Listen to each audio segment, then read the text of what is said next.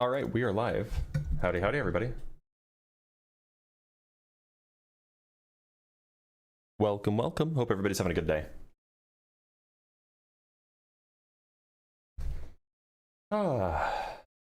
Here we are. Let people stream in. Oh.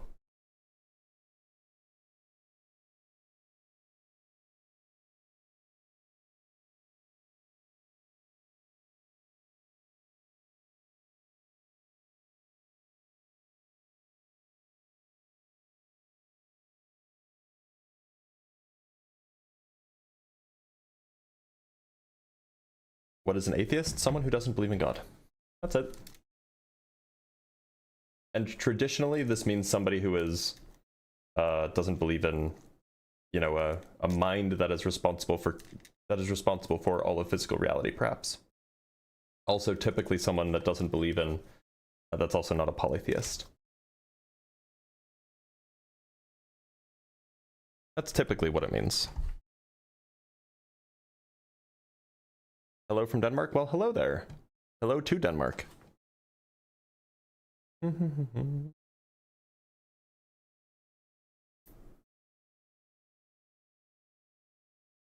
can you say you do not believe in something? How can you do not believe in something you say does not exist? I feel like the only way that you could think something doesn't exist is by not believing in it.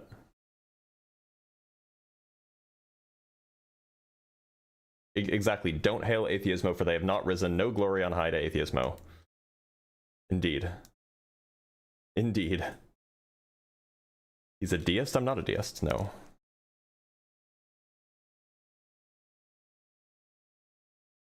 Why is science? Better yet, when is science? As long as you define it, then it exists. Well, using that reasoning, like, Voldemort exists, right? Voldemort doesn't exist. We love Lamp. We do love Lamp. Do you believe in panpsychism? I don't. How do you beat Elliott trichotomy? I just give an example that's not in the trichotomy.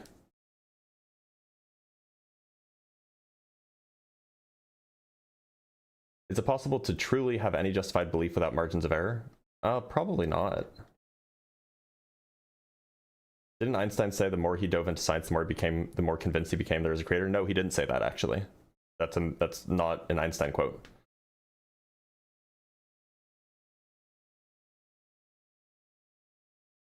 Oh. But no one asks how is science. People ask how is science all the time. If you know there is no God, then why do you need convincing? Because I could be wrong. Oh, okay. Okay, I see. You believe in anything after death? I don't.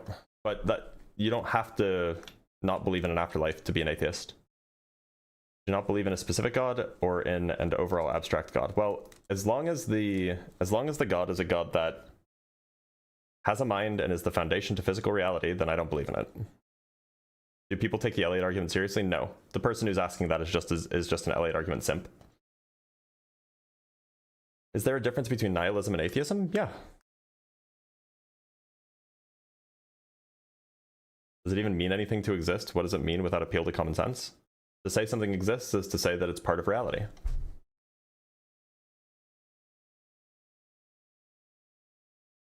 To my experience, there's no such thing as people who do not believe in God, only in man-made gods. Well, your experience is wrong then, because here I am, not believing in a God. What is consciousness? Can you explain that? Maybe not. What does that have to do with the God question? What's your take on NDEs? I'm not really convinced of them, to be honest. The amount of faith to be an atheist is insane. I can't do it. Christ Jesus is Lord. If you want to hop up and talk about it, stands, we can. Energy cannot exist without a cause. Where did the energy that was condensed come from? I think that you're probably mistaken, Fry, about what energy is and what the first law of thermodynamics is.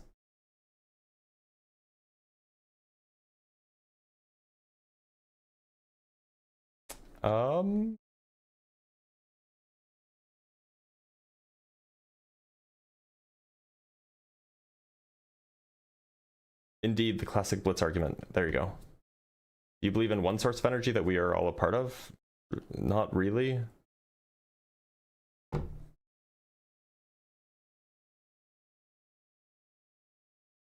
Oh. Considering all gods are man-made, he's not wrong. That's a good point.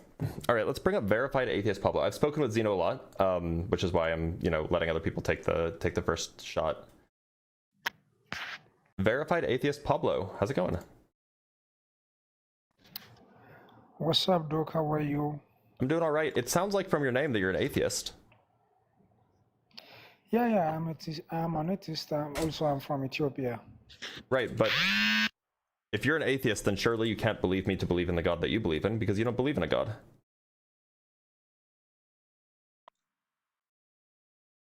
So, Like, I'm gonna let you go.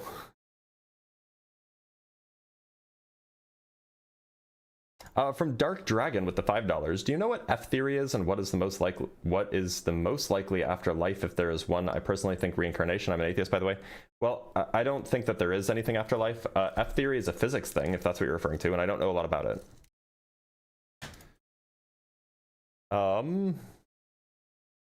Okay, we can bring up Zeno now that we've brought up somebody. Zeno, how's it going? Good. How about you? I'm doing all right. Zeno, what do you want to talk about today? It's just gonna be really quick. I'm not gonna do a whole. What's your thoughts on like priority monism, like the whole I like being? You like it? Yep. Oh, cool. Yeah, because I think it fits well with quantum mechanics. Oh yeah. Yeah, no, I have this Hegelian friend who really likes this priority monism, like Spinoza type argument. Mm-hmm. So, I mean, if you want to hear the premises, it's kind of a very short version of it. But I mean, you probably don't need to convince me that priority monism is more likely to be correct than reductionism. Yeah. I guess his argument is like, okay, well, if we have this prior thing that's like self-determinate, then the only other thing that's self-determinate is consciousness. So therefore, this whole is like some kind of self-conscious. What do you mean self-determinate? So he uses determinacy in a weird way just to imply like being one thing as opposed to another. So I am self-determinate in a sense that I am not like Dr. Blitz, for example. It's a very weird way of using determinacy. I agree. So why is consciousness the only? So look, you could imagine that there are multiple different kinds of things that are self-determinate. I don't see how it follows that just because thing A is self-determinate and thing B is self-determinate, that thing A is thing B. Yeah, that's what I'm kind of trying to get him to explain more, because what I would say is like, okay, something could just be like I don't, just because they have the same structure, they both share the like. A better example, cats are mortal, Socrates is mortal, therefore Socrates is a cat. Exactly. Right. Yeah, like, it seems mistaken. Exactly. So just kind of trying to get his thoughts on it. I'll see if I can make it. But interesting to know that you like it. That's pretty much all I have. Yeah. It's really it's a nice view. Yep. All right, I'm gonna let you go, Zeno. Today, man. Yep. Thanks. From Ethan Wallace with the $2. Your thoughts on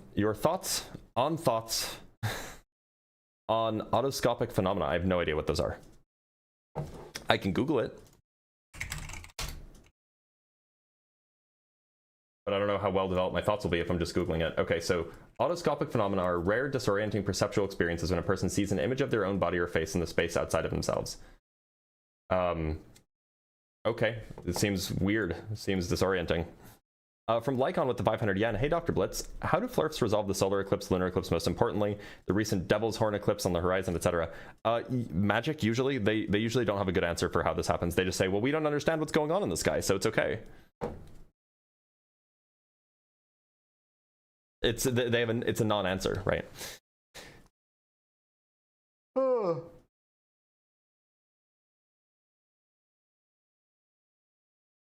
All right, let us bring up Straight Outta Stray. Straight Outta Stray has been begging to come up for weeks now or something, so let's talk to him.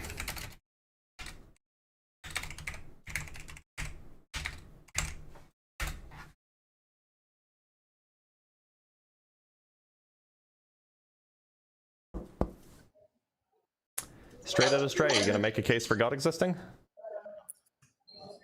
Hi, good day. Howdy. One sec. Good day. Howdy.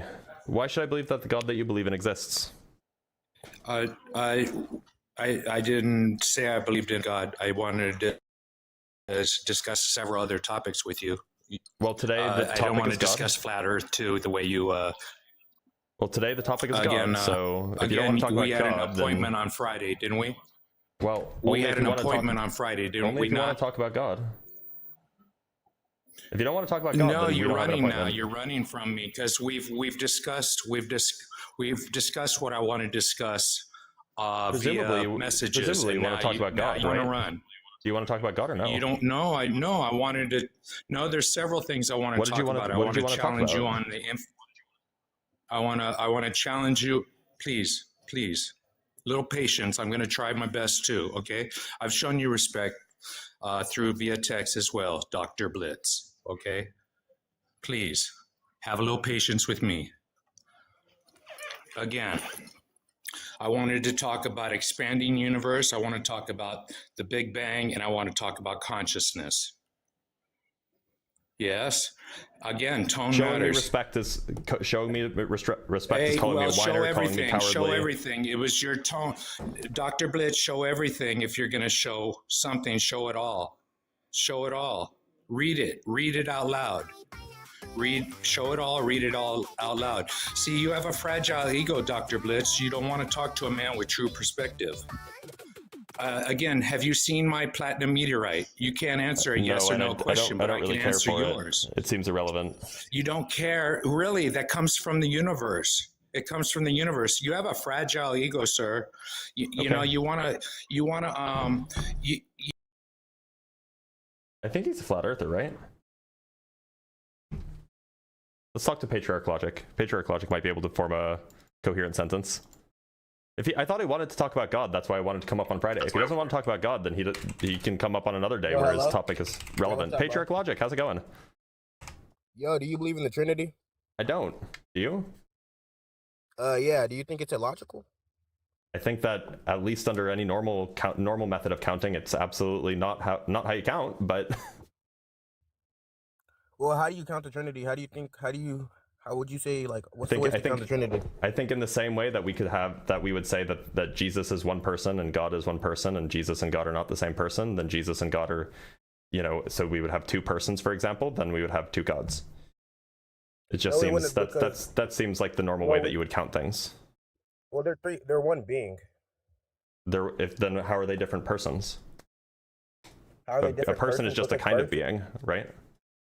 Yeah, exactly. A person can be a being, but it doesn't mean just because you have three persons, it doesn't mean you have three beings. How do you apply that? What does it? Well, I mean, I'm just using the ordinary definitions of these words. What does it mean for something to be? How can something be the same being but different persons? As far as I'm concerned, a being. Well, obviously they're different, but a being is a kind of person. Sorry, a person is a kind of being. I got it backwards. A person is a kind of being. Yeah, but you're cutting out Patriarch Logic. Existence, correct? Sorry, one more time? Can you hear me now?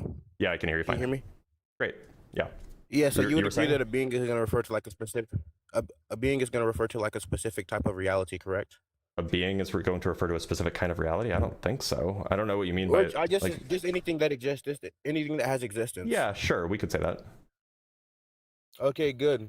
So the being right there within the Trinity is just going to refer to their existence and stuff, and the persons actually refers to the. But how many different existent things are there? It would be what? How many different existing things are there? I mean, like, well, if we count. Look, if we count existence again, go ahead. Sorry, go ahead. No, I'm sorry. If you count existence as like what is it called? Being, which I believe is the correct way to count this, because again, you already said that being is going to be in a type of existence. It would be one existence because these all three persons possess that existence and stuff. Because what do you mean they possess that existence? Meaning they all have the same existence.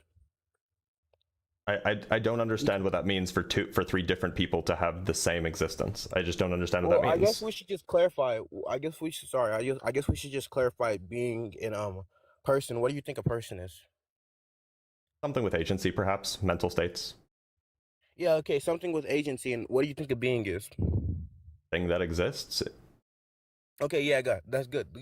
So you see the distinction here when we refer to being, we're referring to existence and everything, which is why it won't be a problem within the Trinity to say three persons possess the same existence, because only being actually refers to the existence.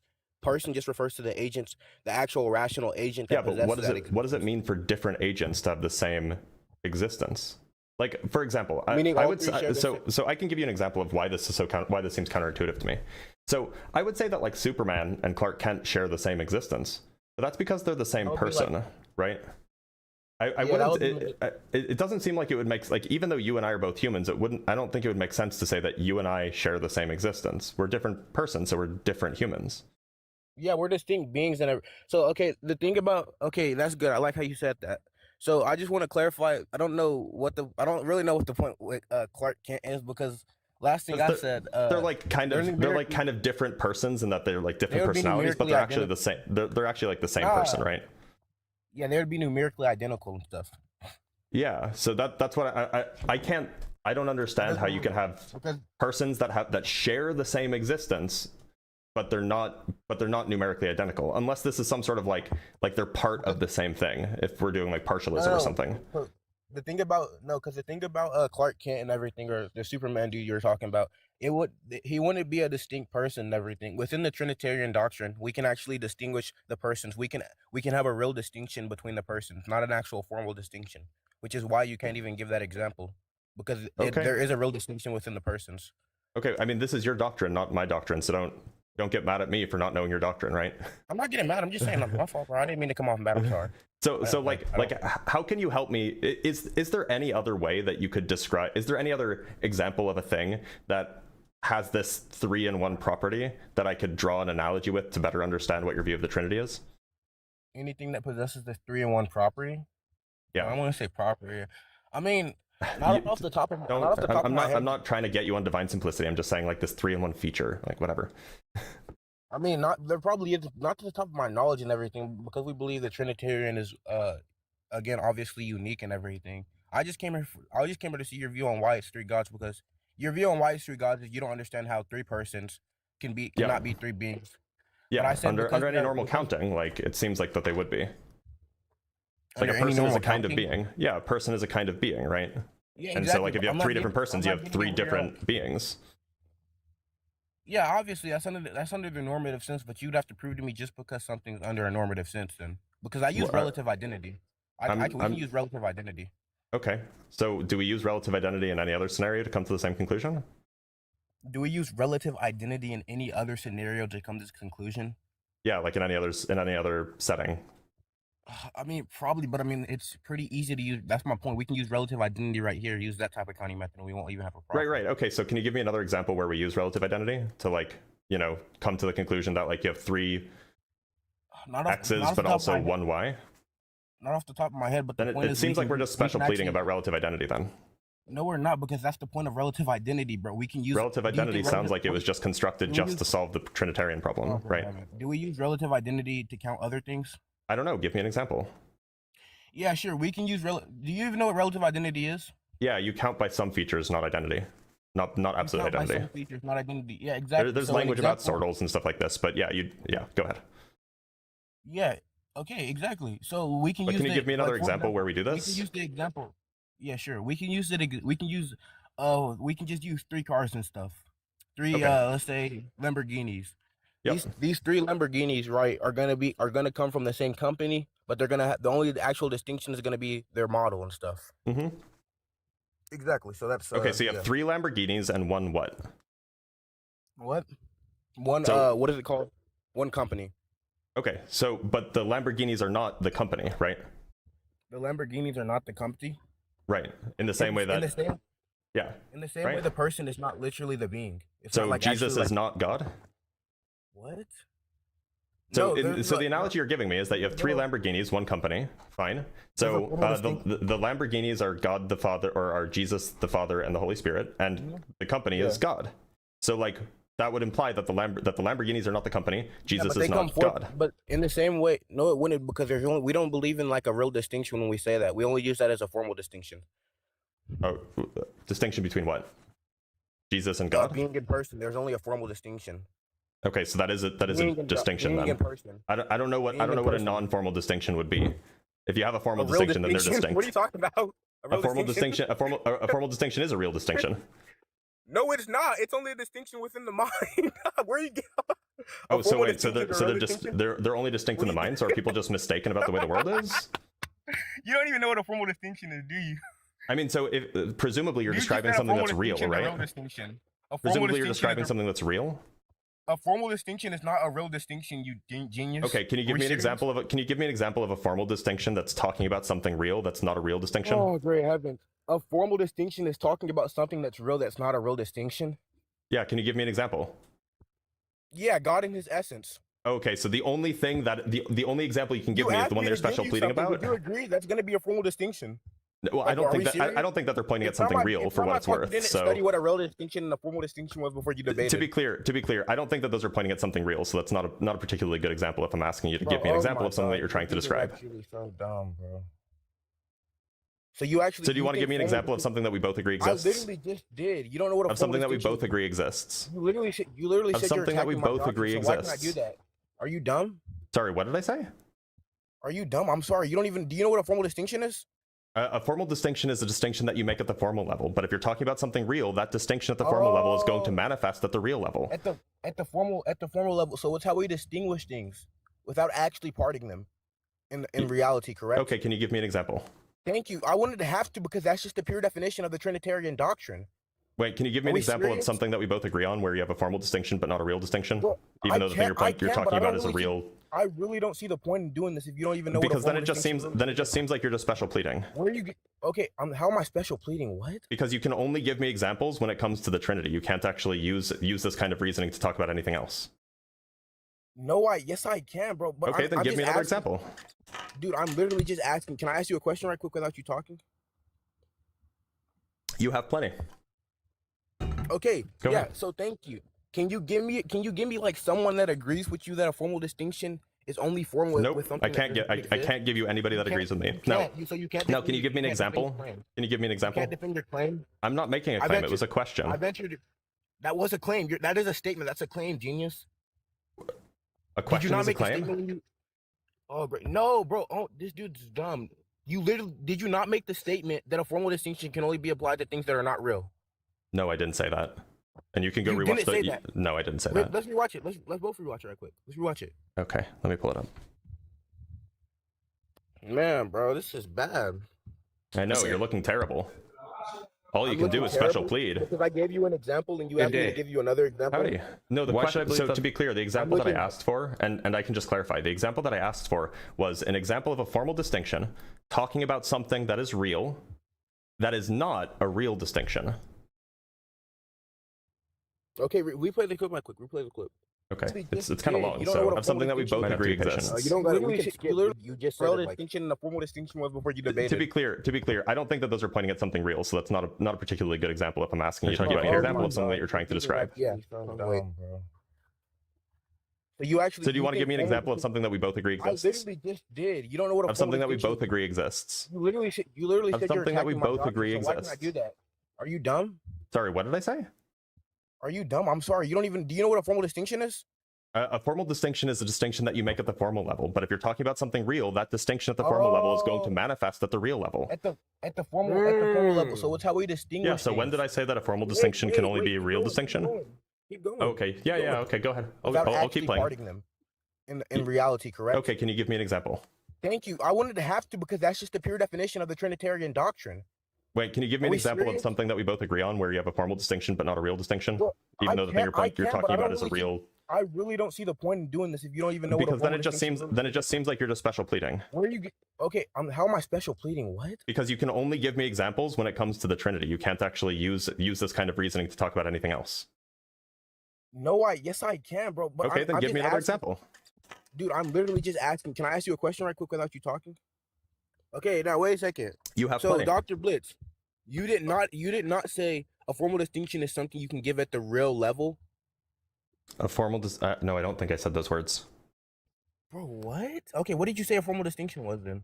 I just said a formal distinction is a distinction that's made at the formal level. In fact, we just listened to this. So you can talk about like objects at the formal level, like using like formal reasoning. So like you can have like X and Y, which are distinct, even though even though there may be some identity relation or some equivalence relation between them, right? Because for example, they have different names. But what I'm asking for is a formal distinction that points to something real. So formal distinction between say two real things, two things that we both agree exist. That is not a real distinction. Bro, no, but look, bro, you're not getting it. My point is, it's not even supposed to be this hard, because the way we describe a formal distinction is just the way in which we part something without actually distinguishing them within reality. That's just how we distinguish God in his essence. Like, it's not that hard. Okay, so and that's fine. Like if that's just what you mean by formal distinction, that's fine. But then the case of the Lamborghini and the Lamborghini or the Lamborghini cars and the Lamborghini company, that's just not analogous. Why? Because in that case, these are not like the Lamborghini company is actually separate from the cars, right? Well, we would say no. Okay, yeah, we would say that the cars are produced by the company. We can like for the example, we can say the being, like, you would agree within the Trinitarian doctrine, the person comes forth from the being. Within the Trinitarian, I mean, like if that's what your doctrine says, sure. Like I'm not going to tell you what your doctrine is. So the person's coming forth from the being. The reason that hypothetical won't be an ad or whatever you said, sorry, is because the company would be the being, and the persons would be the being would be the source of those cars, in the same way the being would be the source of the persons within the Trinitarian doctrine. Wait a minute. So okay, so you're saying now that that Jesus, the Father, and the Holy Spirit come forth from God? Am I understanding properly? No, because we can use God and S. Like, for example, again, this is why I said formal distinction, because we do have a actual formal distinction between the persons and their essence. So God right there would be picking out the essence. They would come forth from their essence. The source would be their essence. Okay, so is there a name for the essence? So Jesus comes forth from the God essence. The Father comes forth from the God essence. No, the essence just refers to the set of essential properties. Okay, so then look, the analogy that you were trying to draw, at least is what it sounded like, is that you were trying to some sort of coming forth relation, right? The Lamborghini comes forth from the car, or from the car company, I'm sorry. And so what is the thing that is from which things are coming forth in the Trinity? Yeah, the essence. Okay, so Jesus is the car and the essence is the company? The essence is the company. In the analogy? Again, the essence refers to a set of essential properties and stuff. That's where their source comes from. Okay, so Jesus comes forth from the essence, is what you're saying? Yeah. Okay, so I have a few questions with this. First, it seems like that we're giving some sort of causal power to like a set of properties. A set of properties? That seems a little strange. When we say the source and everything, when we say the essence and everything, because the essence is a set of essential properties, that is what makes something, like, you would agree, that is what makes you and everything, correct? The essence would be what makes you. That would be where your source comes. I mean, so to be honest, I don't actually really understand this whole essence business. Like it seems like it's very vague and loosey-goosey, but like, sure. Yeah, it would be the set of essential properties. Like, you believe you wouldn't be a human without one of your necessary essential properties, correct? I wouldn't be a human without one of my necessary essential properties. I mean, I suppose, sure. Yeah, exactly. So that's what the essential properties are. It's not clear like what an essential property is, but like, okay, that's fine. So if by coming forth you just mean like a composition sort of relation. We can define what an essential property is if you want. We can if it becomes relevant. So by coming forth you just mean like it is composed of. It is composed of. Well, what do you mean by composed? So like in the same way that I'm like that like I wouldn't be me if I didn't have my essential properties. So like in some sense I'm composed of my essential properties. Well, no, I wouldn't say that. I would just say that is the source that you come for. Like, for example, we believe that the Son also comes forth from the Father, because the Father is. I'm trying to understand what comes forth means here. Meaning this again, the source. Well, yeah. Okay, so but what is the thing that is the source? Because typically the source is not the thing that comes forth from the source, right? It's not the thing that the source is not the source is not the person. The source is the essence. The source is distinct from well, whatever the essence is. If it's not clear to me. Like, okay, maybe this will clarify it. So is this kind of reductionism? or like sort of like a bundle theory kind of view, where like the thing is the properties that it has, and so like once you have the properties, the thing that has those properties kind of emerges from it. Is that the kind of view that you're proposing? No. Okay, I just don't understand. I just don't understand how a thing comes forth from its properties. A thing comes forth. No. Okay. So this is why I want to clarify. Like essential. This is why I clarified at the beginning essential properties. So Yeah, essential properties obviously are something necessary to your being to be made you. If you didn't have one of them, you what is it called? Wouldn't be you. By definition, that would be your essence and everything. But can you give me an example of like what one of my essential properties would be, just so I can kind of grasp what you're talking about? One of your essential properties, it would be walking and stuff, or being a rational agent. Okay, so not walking. So being a rational agent. Okay. Yeah. So like walking would be essential. I mean, you like have the potential to walk. No, like So if I couldn't walk, like I wouldn't stop being me. No, you would still have that property of walking. You just wouldn't be able to use it though. If I didn't have legs, I don't think I could walk. No, again, your body would still like if okay. Look, the point is like, for example, some things like, and some animals aren't able to walk. They don't have that. They don't have that property and stuff. Like they don't. They literally don't have that property. Yeah, There's a distinction between you not being able to walk because you don't have legs. You still possess that property. You just cannot use it. I don't think that it's plausible to say that I would possess the property of walking if I don't have legs. I don't know what sense that would be the case. Okay, no. Again, in a normative sense, are humans able to walk because of their essence? I don't think so. I don't think that that's like maybe that's the point that we're disagreeing on. But like it seems kind of crazy to say that like it seems kind of crazy that like to be a human is to be able to walk. Like that's not true. That to possess the property of walking, you don't have to be able to walk. What do you mean? What do you mean to possess the property of walking if not the ability to walk? What do you mean to possess the property of walking? What does that mean? Yeah, your body being able to walk, if you like your body actually being able to produce legs because of your nature. In the same way, worms aren't able to have legs because of their essence. It's not of their essence to have it. You still have the potential to have it, even though you don't have it. You still have the potential to have it. Do you know? What I mean, worms have the potential to have legs. Not all worms. Why not? Because it's not according to their essence. What does that mean? Meaning it's not an essential property. It seems like we're kind of going in circles here. Like walking is clearly not a rational agent. It doesn't really matter. We can just use okay. I'm on board with that. It was just weird that like what do you mean? What do you mean walking is an essential part of anyway?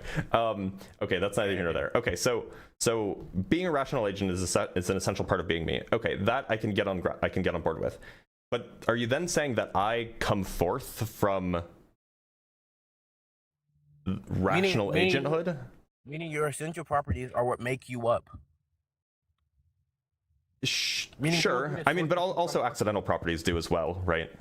Accidental properties? They aren't necessary. I mean, they don't make. No, they're not necessary, but they do. Well, okay, then what do you mean by make me up? They don't make you up. That's the point. What does it mean to make me up? Making you up, meaning without one of your essential properties, you wouldn't be you, or you wouldn't be your being. So this is like some sort of like ontological dependence? Ontological dependence, yes. Okay. Like okay, so that's interesting. So it sounds like you're saying that like I am ontologically dependent on my properties. Yes, you would be ontologically dependent on your essence. So what are the properties of? What do you mean, what are the properties of? Well, so typically, I mean, it depends, and this is why I was asking if you're like a bundle theorist, because if you're a bundle theorist, then the properties can exist kind of without a thing that they're properties of, and then the things emerge from the bundle of properties, if you will. But if you're not a bundle theorist, then it seems like the properties can't exist on their own. They have to be properties of something. Well, do you think the essence, well, obviously, if it's essential for you, then those properties can exist on their own. Do you think the essence comes first? I don't think that well, so I'm kind of on the fence about bundle theory. I think that it's possible that like the fundamental things are properties and then objects are kind of just certain configurations of properties. But if you're not a bundle theorist, then no, you wouldn't think that the properties come first. Yeah. So I think we're kind of getting off track. We're still kind of on track. So are you a bundle theorist? Am I a bundle theorist? Yeah. I mean, I guess if you define it that way, then yeah. But I see what you're saying, bro. I see what you're saying with the Trinity, like relative identity logic. I'm trying to defend it, and it's kind of hard. I see what you mean, though. But I'm not like look, so it just seems like there's just a lot that's kind of confused, like, and I'm not saying that it's like impossible to defend, but it just is like, like if we try to think about this from like a, you know, just like a normal person way, like something about it is fishy, right? Yeah, I see what you mean.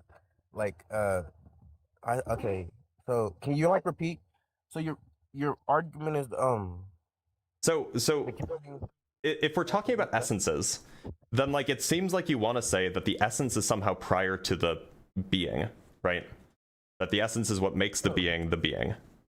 And so in that sense, the essence can't be a property. It can't be the set of properties of the being, because the being doesn't work yet. Or the being in some sense isn't, that would mean that the essence is somehow after the being. Exactly. That's the point of the Trinity, because we believe what is it called? The being, or what is it called? The both the essence and the persons are eternal and stuff. They eternally come forth from, which is why that won't be a problem. But wait, so the essence what does the essence come forth from? I mean, no, I said the person comes forth from the essence eternally. Okay, so the person comes forth from the essence. Okay, but then that means that you have to be a bundle theorist, right? You have to say that in some sense the essence is sort of ontologically prior to the being. No, that wouldn't work, because it's eternal and stuff. In the same way we can see. Well, I'm not talking temporally prior. I'm talking ontologically prior. Like there's like a grounding relation there, or some sort of asymmetric relation. Well, yeah, but they're eternal. In the same way that like God or the Father begets the Son, right? It's like they're both eternal, but in some sense the Father is like ontologically prior, right? Yeah, but my whole point in this is like it makes up, because we're kind of making it pretty hard, and I'm kind of getting like lost in like the word salad and stuff. But word salad? Okay, not word salad. It's just like kind of, it's, you know what I mean? Like we kind of got deep into it. Yeah, we did. I was trying to understand what the essence is, because because like when I think of like, look, so you and I, actually maybe this is the right way to do it. So there is like this human essence, right, that you and I share, right? And maybe it's like rational agency, maybe it's like, you know, we have a common origin, whatever it might be, right? But we wouldn't say that there's only one human. Yeah, but because we have a distinction, there's an actual distinction. But so there's an actual distinction insofar as like you and I have different accidental properties. Is that what you're saying? That we have an actual distinct mind, but the actual thing, the only distinction within the Trinity is the relation of origin. But isn't that an actual distinction? The relation of origin? Yeah. Yeah, exactly. That would be the only real distinction within the persons. But if there is look, so you and I have real distinctions. So so we're different persons, even though we have the same human essence. We are different humans as well. Yeah. Now the reason why we believe that's the only distinction. We believe that they possess the same mind. No, I know. So you and I are different humans. So we are definitely different persons. We can agree on that. But we're also different humans because there's an actual distinction between us, even though we share the same essence, right? Yeah, we possess different properties. Properties of Sure. Like we possess different accidental properties, for example.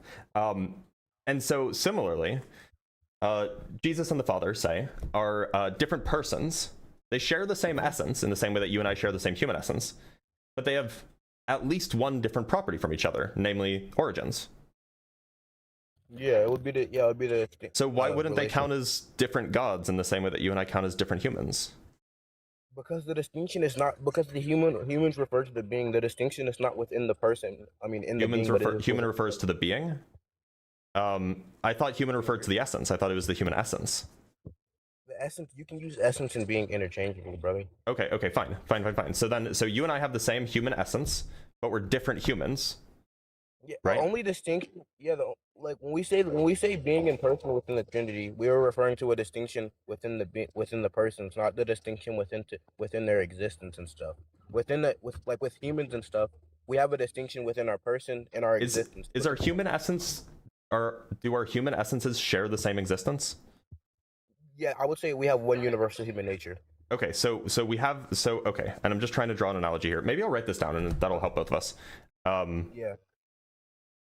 One sec, let me open up a notepad. And we'll put it here. Okay, so can you see that all right? One sec. Oh, oops. No, it's too small. Okay, there we go. Should be fine. Okay, sorry, I just want to reorder this. Okay, so we have, so in the Trinity, why can't I spell? We have, and then we have, you know, the humanity. Don't worry about the name. Also, I don't know if this, I'm not trying to like look at chat. This is like the first time I look at chat. I think he wants to come up. His name is maybe Nasilik. I know you probably don't need help and stuff, but can you like bring him up maybe?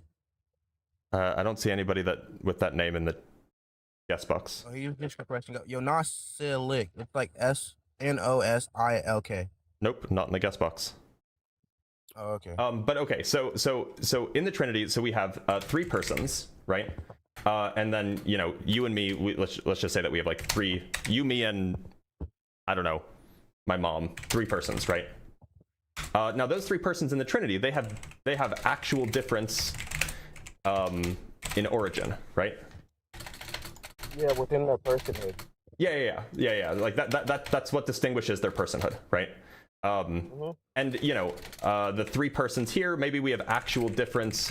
I mean, we would have actual difference in origin. In fact, like you and I have an actual difference in origin. That's true. There's other differences as well, but right. So, and then we say that the 3 persons share one essence. This is a share one God essence, right? And then you and I and my mom, we share one human essence. And then we come to the conclusion, one God, but then we come to the conclusion here, 3 humans. So, okay, let's read this. Trinity, 3 persons, actual difference in origin, share one God. Share? No, I want to say share. All have? Is that better? And then I'll change it over here too. No, you can say share because like the distinction, like we don't believe that God, again, under divine simplicity and stuff, like humans and the Trinity. You know what I mean? Like under your okay. I mean, like it's fine either way. I'm just trying to make sure that I use the language that you're comfortable with. I feel like I spelled essence wrong. Oh no, it's just a repeated word. So like this is the issue that I see. Like it seems like the actual difference in origin is how we say that there's 3 persons in both cases. And of course there might be other reasons that there's differences as well, but this is one of the reasons. And we say that they share one essence, but somehow we come to different conclusions. Yeah. So and the reason why? we come to different the reason we come to different conclusions, right, is because I don't think that you actually know how to correctly define what a person is or a being is, and you keep saying that I'm like, what is it called? I'm presupposing things, or I'm not really. I don't think I said that they're presupposing anything. Look, I'm just trying to like understand how do we come to different conclusions here? What's the symmetry breaker? So exactly, yeah, let's read it right quick. It's on the screen. Okay, I'm gonna read. Go ahead. So 3 persons, actual difference in origin. So like here, hold on, let me close my door. So the 3 persons, actual different within the origin, not a distinction within their being. They're all one God because they possess one divine essence. Within the humans, we are 3 persons, an actual different in origin, share one human essence, 3 humans. Yeah, so I see. So look, I already explained this to you. The distinction, the problem within this, the only real distinction within the Trinity is actually going to be the relation of origin. There as humans, we have real distinction within our being and stuff. Okay, so is it your claim because we have other actual differences as well? Minds. We have distinct minds. Like if you show me, so it's something like one person had a distinct mind from different the other, minds. then you win. So you say different minds. And then you say over here, we have a different minds. spatial locate. We are spatially differently spatially located. So we exist so is this the distinguishing feature that gets you to one God? Well, no, that's not the only thing. I mean, like you know, you could add more stuff. You could say like same mind, but different minds, same place, same. Yeah, okay, but just to like simplify, right? Yeah, the same mind is going to be something that distinguishes us humans. So then how do you get to 3 persons with the same mind? How do you get to 3 persons with the same mind? Yeah, because that's counterintuitive to me, right? So, if you would be a person and being in some reference can be distinguished, like a being is not always a person, but a person is always a being. Yeah, sure. You would agree with that? Okay. Yeah, absolutely. So the way we can distinguish that, because all three persons, because a being does not always have to be a person. Those persons, because they are all a being, they all again possess the same divine essence. Would you agree with that? I mean, per your definition, sure. Yeah, they possess the same divine essence in the same way that you and I share the same human essence. Yeah, exactly. And because they possess the same, well, I would think I would actually agree that there is an actual distinction, like, but not in the same way. We all possess the same human essence. Okay, so what's the distinction? The distinction? Yeah, like why is it? Why? How do they possess the same essence in a different way than the way that you and I possess the same human essence? Well, the distinction would be, what is it called? We all possess the same human nature at different times and stuff. Like, there was a time where I didn't exist within reality, and that you existed within reality. Sure, right, but we're talking about things that exist, right? Like, you and I both exist, so, like, we both possess the same human nature, the same human essence. But you possess the human nature longer than me. Well, I probably possess one longer than you, but... Yeah, sure. But, so like, that would be another difference, that, like... But, like, you know, so if we both exist... If we both exist, then surely we both possess the same human essence. In the same way that if Jesus and the Father both exist, surely they possess the same divine essence. But we don't exist at the same time. We do right now. Yeah, but there's a point in which you did exist and I didn't. Okay. So is this reliant? So is it like the temporal difference that matters here? Freaking... I'm not interrupting you, bro. Can you tell your mom to stop freaking muting me, bro? Your mod? Who's muting you? Your mod, bro. I don't know, bro. I don't. It might be my mic or something. I don't know if it's a mod or not, bro. I don't think anybody's. If somebody is muting you, quit it. But I don't even know if my mods can do that. I keep accidentally interrupting you or something, and I just keep getting muted or something. Yeah, I don't know. I got muted in the chat for 5 minutes for some reason. I don't think it's your mod. It might be my internet. It might be my internet. I'm sorry. Yeah. Okay. Sorry. I don't know. But if somebody is doing something, quit it. So in your view, the distinction is that you don't even need different minds. You actually think that these two are not parallel. You don't even need different minds. Like even if you had two persons with the same mind, because they might be alive at different times or something.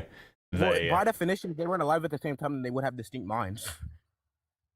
Okay, yeah, that's fair. That's fair. I mean, you could say that, like, perhaps one took the mind of the other after the first one died or something like that. But the real distinction is because all three persons possess the same mind. And okay. We can move on from there. Yeah. Okay, so it's not clear to me what it would mean for two separate persons to possess the same mind. It's not clear that they all possess. What do you mean? Yeah. So I could give you an example.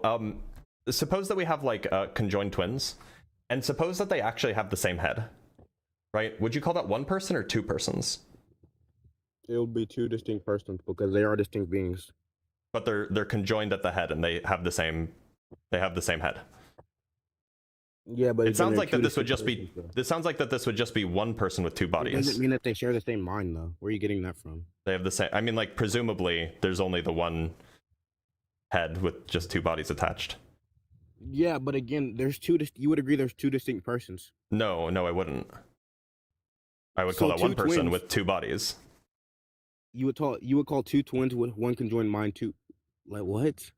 Yeah. Are we serious? So there's one head, and then there's two necks coming off the head, and then two bodies coming off the necks. Brother, if it's so there's one person controlling two bodies. Well, yeah, that's exactly what it would seem like.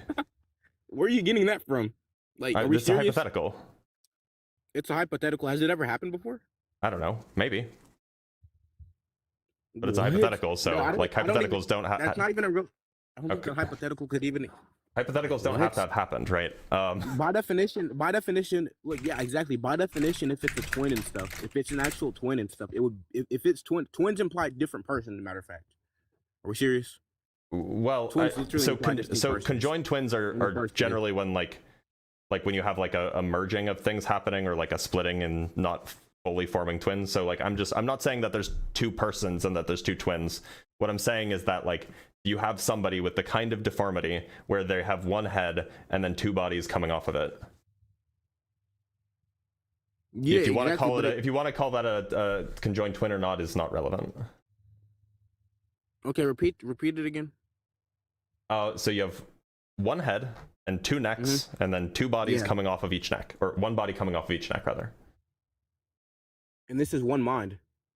Yeah, I mean, Then it would be one person. Like, okay, wait a second, Dr. Blitz. Yeah, okay, I agree. It would be one person. This isn't relevant. If you agree it's one person and it has one mind, that's not even relevant because we believe the three persons are distinct persons but possess one mind. Right. So I'm just trying to understand how that's possible. Yeah, because you're giving the hypothetical of one person that possesses one mind. Like, what? Well, but why is that one person? But like the three persons that you're saying that share a mind aren't one person. It seems like the way that you count minds, the way that you count persons is like the number of minds. No, because again, you just said it yourself within your hypothetical. Mm-hmm. You literally said it was yes. It would you said it yourself. It's one person that has two bodies, and it shares the same mind or something. It has one mind. Yeah. So the reason why I would say that they're one person is because they have one mind. It's one person because they have one mind. Yeah. Yeah. Exactly. Like, and so the three persons can't have the same mind. Otherwise, they'd be three minds, or they'd be one person. Oh. Okay. I see what you mean. Yeah. Yeah, man. I mean, yeah, bro. I see what you mean. That's a good point. Something to think about, at least. You see what I'm like? Okay, I understand what you mean. Like, bro, okay. I'm sorry, bro. Like, you're fine. Like, so let me just get this straight right quick. Yeah, go ahead. I see what you mean. That's a good point right there. I never thought about that. I'm sorry. Okay. You're fine. By my logic, it's pretty much, it would be like double standard in a way, kind of, right? Like, yeah, that's I mean, it's just like, I don't know how else you count persons except by the number of minds that they have. Yeah, I see what you mean. That's a good point. I'm gonna go study that, bro. Yeah, you won, bro. Okay. Good stuff. All right. Take care, Patriarch. Have a good one. You know, I actually like that he was thoughtful. Like, he definitely came in hot, and he definitely has, like, I don't know, I don't want to say ego issues, because I don't think that there's like issues. But he definitely was, like, you know, doing the rhetoric. But like, he was at least thoughtful enough to pay attention to what I was saying, and I appreciate that. Please don't say the E word again. Okay, I won't. All right, let's read some super chats, then we'll bring on our next guest. We have 200 yen from Lycon. Please run Lunar Eclipse with Flurfs next time. Flurfs don't seem to want to talk to me anymore. From Snowcat with the $5. If you were really a PhD physicist, you would be able to tell me how to make every atom in my body fissile on demand. But you won't. Fraud. True. You know what? Take my PhD away. Take it away. From Christopher Sanford with the £5. Laughed so hard because I was writing a super chat to mock his position by saying 3 Ferraris equals 1 car. Then he went there. I mean... No, he said 3 Ferraris, 1 company, which is fair. That's like a reasonable thing. 3 Ferraris, 1 is not 1 car, though. That's true.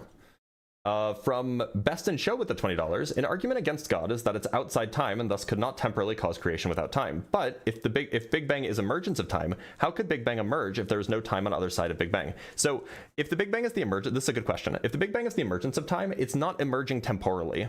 It's emerging geometrically, meaning that it's not like it wasn't there and then was there. There wasn't time in which it emerged. It was like there is a geometric connection between a purely spatial non-temporal part of the universe and a spatiotemporal part of the universe. And so there's like a geometric relation between those. They're connected in some way. From I'm the Big Cheese with the $5, low tier way to disprove Trinity demands an argument or evidence of the ontological existence of the Holy Spirit. They can't, so it is duality. That is low tier, but it's funny. That's funny. From Atheist in a Foxhole with the $5, 1 God, 3 parts, and 0 dates for this poor guy. Hey, maybe he might have dates. I don't want to presume. From Garain with the $5, humans all have 2 minds. The corpus callosum tricks us into thinking it's 1. That's actually, it's an interesting interesting biological fact that, yeah, if you separate the corpus callosum, you can kind of have like 2 different minds and not be aware of the other. Each one won't be aware of the other. And from Orion Cooper with the $2, this part is brought to you by Herbal Essence, trademarked. No, I'm not supposed to say the E word anymore. All right, let me drink some water and then we'll bring up our next guest.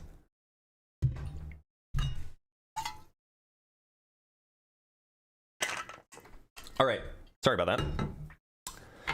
Let us bring up our next. Oh, I have too many windows open. I have to close some stuff because I can't find the thing that I was just using. Okay, and then I can close this. Then I can close this. Okay, cool. All right, let's bring up another guest.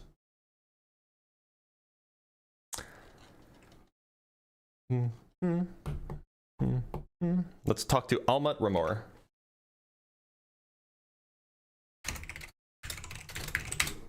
Almat Ramor, how's it going? Do you hear me? I can, yeah. I'm doing fine. How about you? I'm doing okay. Almat, Yeah, do you so believe I in was God? going to say that, yeah, I do believe. Okay, why should I? Yeah, so, well, because there's no way to define existence without God, basically. Can you elaborate on that? There's no definition of existence without assuming There's an no essence. definition of existence? Well, existence is sometimes if taken you to be have, like a... Existence is sometimes taken to be like a, you know, primitive. It's just like the things that it's just things that exist. But by the way, your mic is, I'll just turn you down. Your mic is exceptionally loud. Okay, I turned you down a little bit. You should be good. All right. Okay, cool. Yeah, so the issue is that there is no ontology of existence without assuming God, basically. At How do least you in the figure? current mind or understanding. Give me, what do you think it defines existence really without common sense? I think that existence is probably a primitive, like what the concept of existence is. But like it's not really my burden to do that. It's kind of your claim, so you should defend it. Okay, so to defend it, if we assume there's the usual infinite descent argument, which proves that again, without a first cause, you cannot have an existence, which of course you know this one, right? Yeah, I just don't think it's a good argument. I don't think it's. Is that I don't think it if you have works. I don't think it succeeds. So the two arguments is this one and the empirical inability of atheists to define what it really exists without appealing again to common sense or primitivity or anything that's just intuitive. So it's intuition, but you don't have a way to define what really exists from what doesn't exist. Wait, can you give me how you define what exists and what exists and what doesn't exist? Just so I can know what kind of thing you're looking for. Well, what exists is things that exist when God decides to cause them to exist. So they're caused by an essence. So I will just when say they come the mind of God, they exist. That's how I define it. Right. So I will define it as things exist when they are a feature of the universal wave function. Seems like we're done. Yeah, but there's an issue here because if you go back to 200 years ago, you would define it as things having position and momentum inside. Okay, they were wrong. So, yeah, but we could be wrong as well. So how could you know what? Yeah, exists? so could you. If you could also be wrong. You could be wrong too. Yeah, but the point is that you have been proven wrong. Your critique. To be clear, your critique was that atheists can't define it. I just did. Now you're saying, but your definition could be wrong. Well, that wasn't your critique. So do we grant that indeed atheists can define what existence is? No, your definition is that it has a wave function? Sorry, yeah, the wave function is part of my definition. Yeah. So what's the wave function of space-time? It's a complicated wave function. What do you mean, what is the wave function of space-time? Space-time is not the kind of thing that has a wave function. Space-time emerges from the wave function. Right? Space-time emerges from the wave function. You don't know that. You didn't ask me to prove these things. You asked me for a definition. No, I asked you. You are moving the goalposts. You have to use quantum mechanics, right? I am using quantum mechanics. Yeah. Yep, I'm using quantum mechanics. Quantum mechanics does not prove that the space-time has a wave function. It doesn't have a wave function. That's irrelevant for your original critique. You assume it's irrelevant. Your original critique was that I couldn't even give you a definition. I have given you a definition. No, but I said to you that I proven to you it's inconsistent with your own ontology. What's the inconsistency? That you think space-time exists, yet it doesn't have a wave function in your ontology. No, I'm sorry.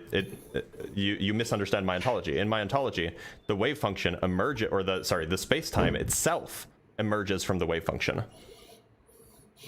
Yeah, that's a hope you have. You cannot prove it from quantum mechanics, which that wasn't part of your critique. It's not internally inconsistent. So now you're moving the goalposts again. No, You I'm said not. you said You that have you to, could you have to prove. listen to what I'm saying. I am listening to what you're saying. You have to be internally consistent yourself and stick with your original critique, or admit that your critique failed, because your first claim was that I couldn't give you a definition of existence. Let me I'm sorry. explain to you why.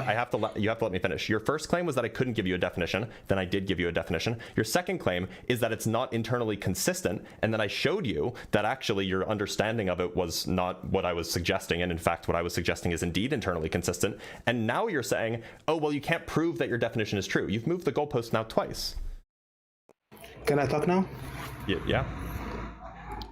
Sure. When you bind yourself by the definition, you said that exists if it has a wave function. No, I Yet, didn't say at that. the same time, you Pay believe. attention. That's not what I said. I said a You thing didn't say exists that wave if function it, is. I said, I will tell you again. I said a thing exists if it is a part of the wave function. The universal wave function As a in wave particular. function, does it evolve in time? Does it evolve in time, or is it static? No, there's time is emergent as well. Again, all those. Again, let me tell you why I think it's inconsistent. It's Okay, inconsistent please. because in your own framework, you cannot prove those things. That doesn't your own make it framework, you inconsistent. cannot You know prove that, them. right? I think you can believe it, but you're bound yourself. You have to be bound yourself with what you already believe, right? Yeah. So it's not inconsistent. Then we can agree. It's inconsistent with your own worldview. It's not inconsistent What's it in its inconsistent with? essence. It's inconsistent What's with it- your own world. Okay. What part of my worldview is this inconsistent with? Is that you think that it's part anything that exists is part of the wave function. You don't know Yep. in your own framework whether or not space-time is part of the wave function. You hope it is, Wait. but you don't Where's know. where's the In inconsistency? inside your own framework. Where's the inconsistency? Is that part of it is that you again it could be or could not be. If I told you before tomorrow that the wave function, the space-time is not part of the wave function. I'm sorry. Would you You're change misunderstanding. In my framework, space-time is part of the wave function. But what if tomorrow a paper comes out, gets a Nobel Prize, and proves that it cannot be the case? Would you change your perspective? I suppose. Would you change your perspective if a paper came out and proved that God can't exist? Of course I would. Okay. But- So then we could both be wrong, I guess. Yeah, but hear me out. So in your own framework, you can't know that God is that a thing exists if God No. wasn't to exist. So like that means that you have an internal let me inconsistency, I guess. let me continue.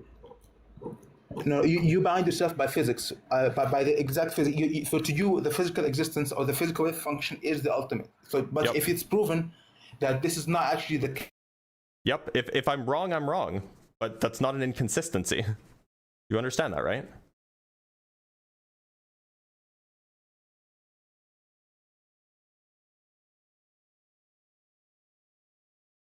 By the way, I can't hear you. Your audio died. Hope we didn't get hit by a car.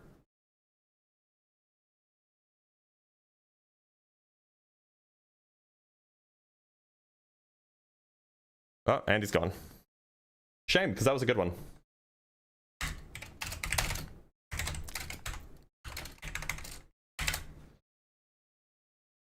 Let's read a super chat from Rod Blow Alres with the 50 Mexican pesos. I hate when I can smell a guy's kalam as he walks by. No, he wasn't doing kalam, he was doing tag. Oh wait, he's back. Can you hear me? At least I thought he was back for a second there. Well, I was hearing road noises. That's why I assumed that. That's why I was saying that I hope he didn't get hit by a car. Right? So.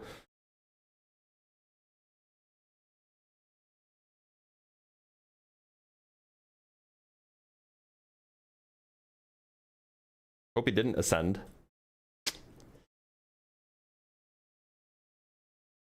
All right, let's bring up our next guest. Let's bring up Burger Boy and Jun.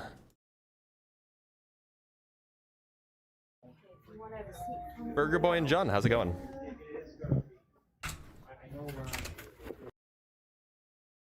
Burger Boy and Jun, you there? Oh, when you're off the app, I can't hear you.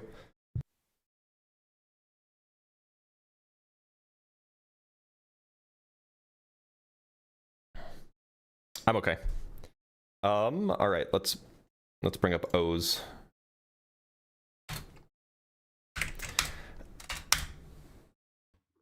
Oz, how's it going? Yo, what's up? I guess I only bring up people who don't know anything, huh? Yeah, I mean, clearly, right? Does that include you? No, Self-own. All right, what you got for me? Do you believe in God? well, yeah, obviously. Okay, I don't. Why should I? Because theism accounts for everything within the world, whereas like your religion does not. When you say theism, what kind of theism are we talking about? I'm referring to Christianity. Okay, so can theism account for, like, you know, why dinosaurs got cancer 100 million years ago? Yeah. It's the fall, yeah. But the fall happened after the dinosaurs got cancer. I'm not sure if the Bible explicitly mentions the dinosaurs. So it doesn't account for it, right?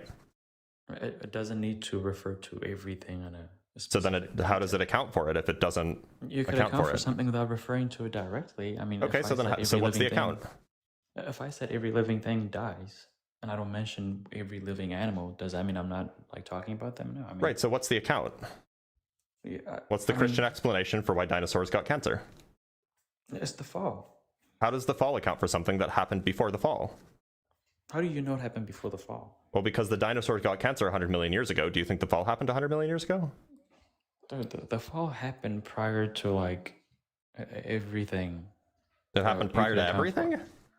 Prior to everything you could account for within your... So you think that humans existed before dinosaurs did? So we're mixing up two ideologies here. Look, you even said earlier to some guy that if you see some sort of like paper that comes out and disproves dinosaurs exist or disproves some new data, you're going to change your opinion based on Yep. Right.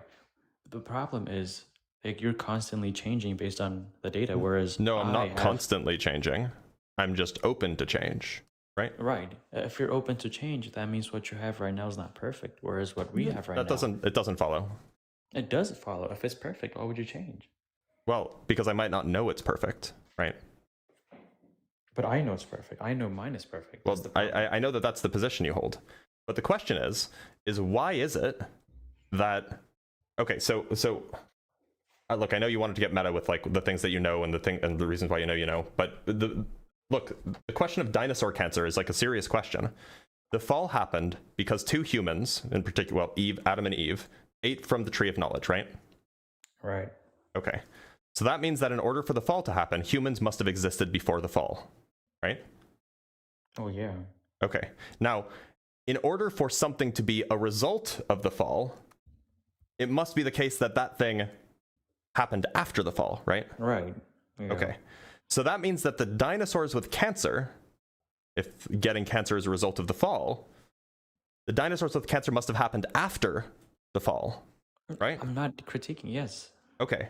Which means that humans existed before dinosaurs. Well, that's what the Bible claims, so yeah. Okay. So I think that then we have a good reason to reject your view based on the all of the empirical evidence in front of us that indeed dinosaurs existed before humans. Go ahead. So if my religion is something you cannot, believe in because of that, I guess, flaw, then how do you account for like prayers, working and stuff of that nature? Like how do Apparently they don't work. They do work. Not really. Not when the person doesn't know you're praying for them. They work just as much as chance. This has been tested medically. So why is it the case that every Christian has some sort of personal story where they prayed for something very like unlikely and it happened consistently because they prayed for that thing? Like that's not just luck. Confirmation bias is what it is. What is that? No, that's not confirmation Christians pray bias. for things all the time, and they only remember the times when it works. I'm not sure if that's true whatsoever because every Christian. Have you ever prayed for something and it not? Have you ever prayed for something and it not come true? Not that I could remember. No, I don't think. You've only ever prayed for something and it's come true? I don't pray for things more. Like, Okay, so I thought you said that every single Christian that I know has stories of praying for something and then having it come true. praying for What I was something. trying to say is I don't always pray for things, but on rare occasions that I did pray for something, I did get in the end. It's always come true every time. I've only ever prayed for something 2 times. Like, yeah. Okay, so do you think that so if you take prayer to be evidence of Christianity, or if you take prayer being quote unquote successful, being evidence of Christianity being true, then presumably you should take prayer being unsuccessful as being evidence that Christianity is false, right? Actually, prayer not working would be evidence that theism could be true too, because sometimes your prayer is not. Well, then prayer working can't be evidence that theism is true. If both outcomes are evidence, if both evidence, if this is a test and both outcomes of the test are supposed to be evidence, or if both outcomes are supposed to be evidence, then neither outcome is evidence. I don't know why I can't talk. What? So Like, you're okay, saying I'll give you an example. No, I know what you're saying. Okay, I'm if you know what I'm saying, then disagreeing go ahead.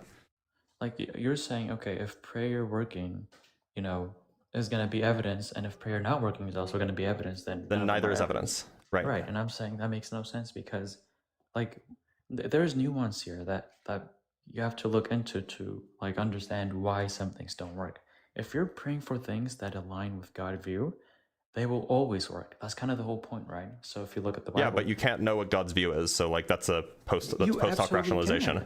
If you're praying for something righteous, if you're praying for something righteous and just, like you. How do you? So okay, let's say that somebody's praying over their spouse because their spouse is dying of cancer, and they're praying to God to save their spouse, to let their spouse go into remission. Is that right? Is that righteous or not righteous? Well, that's a bit complicated because,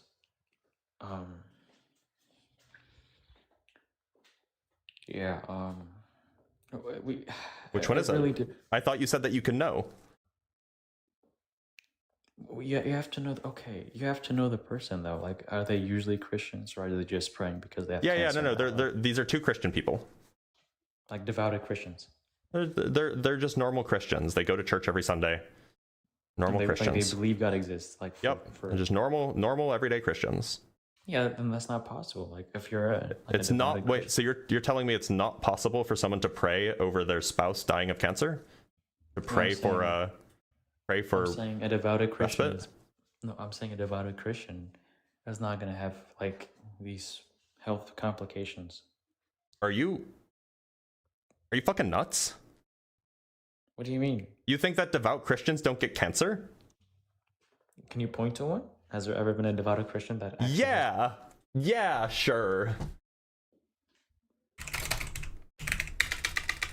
By the way, are you Catholic or are you Protestant? Oh, I'm 19. That wasn't my question. Are you Catholic? Are you Protestant? Oh, sorry. I thought you asked for my age. No, I'm Protestant. Okay.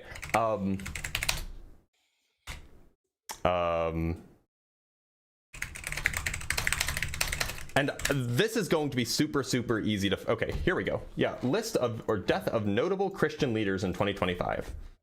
And then we'll just type in. How about Jim Shaddix?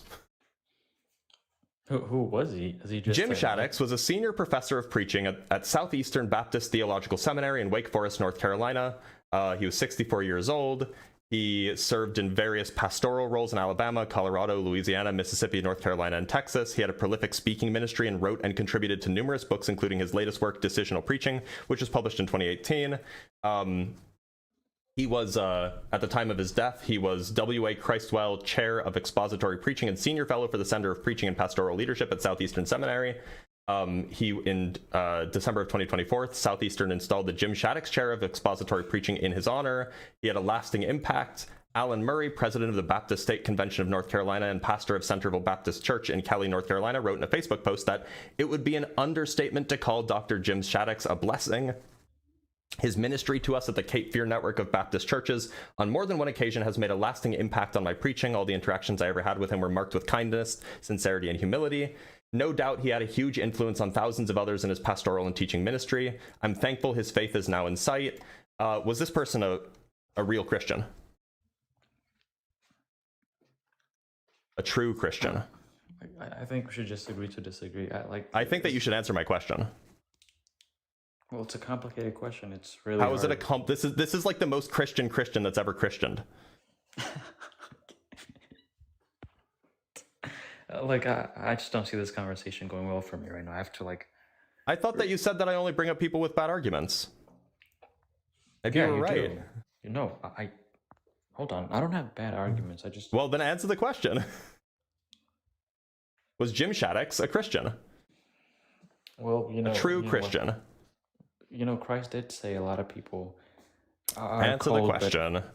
I don't know. Like, I have no way of knowing. Like, I don't know. He spent his entire adult life preaching the gospel. Yeah, Other preachers called him a blessing.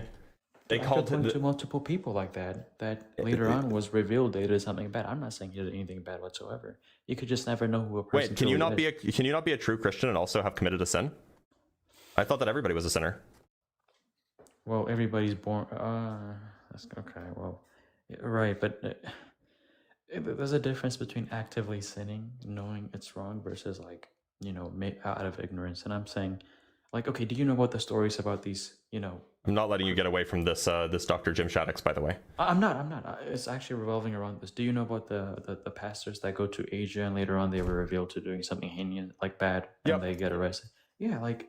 You could, like, if you asked me if they were good Christians prior to all that coming out, I would say yes, but there's no way. It's complicated. This is really so there is no evidence that there were any scandals involving Jim Shaddix. He lost. He died knowing Christ. He's a wonderful preacher and professor.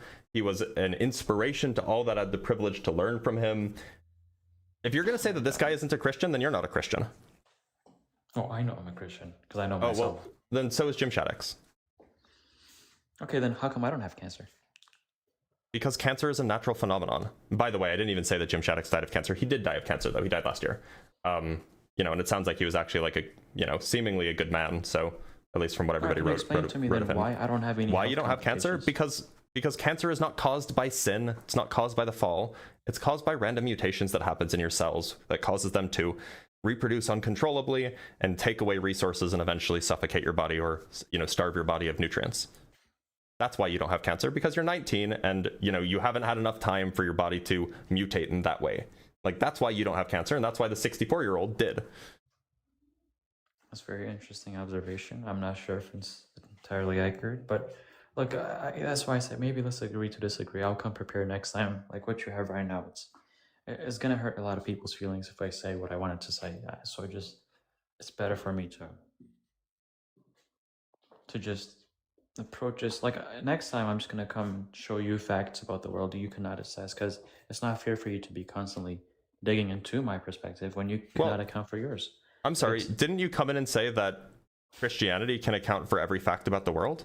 It absolutely can, but I just gave you an example. In fact, I gave you two examples. There's the failure of prayer to work, and then there's also the dinosaur cancer, which you couldn't account for. So, do you know for a fact dinosaurs exist? Yeah. No, I'm saying, do you know as a fact, not as a theory? Yeah. So you know for a fact dinosaurs, T-Rex, like literally lived a million years ago. Yep. And you know that because you have bones on the ground. Mm-hmm.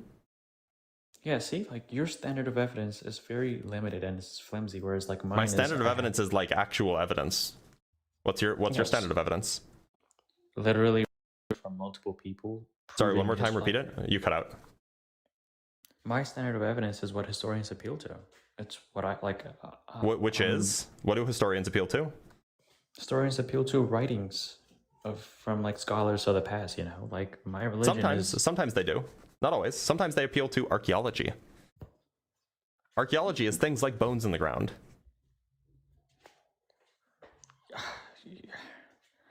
Yeah, this is a really complicated conversation. You were so confident at first. I am. What happened? I know what I'm talking about. It's okay. So really then, can you account for the dinosaurs with cancer? What's the account?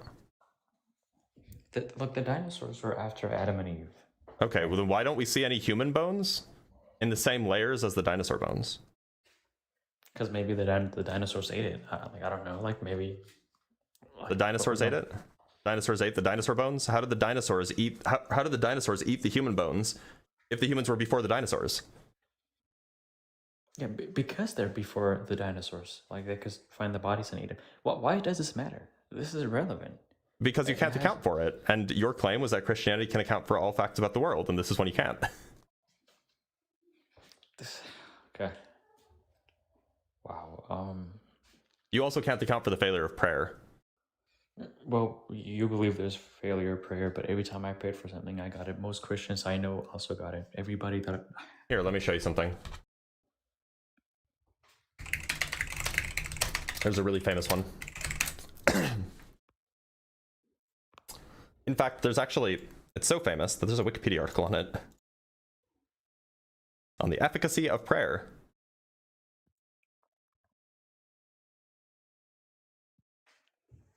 And if we scroll down, there are third-person studies. These are on studies of intercessory prayer. This is like when you're praying for somebody to get better. Okay.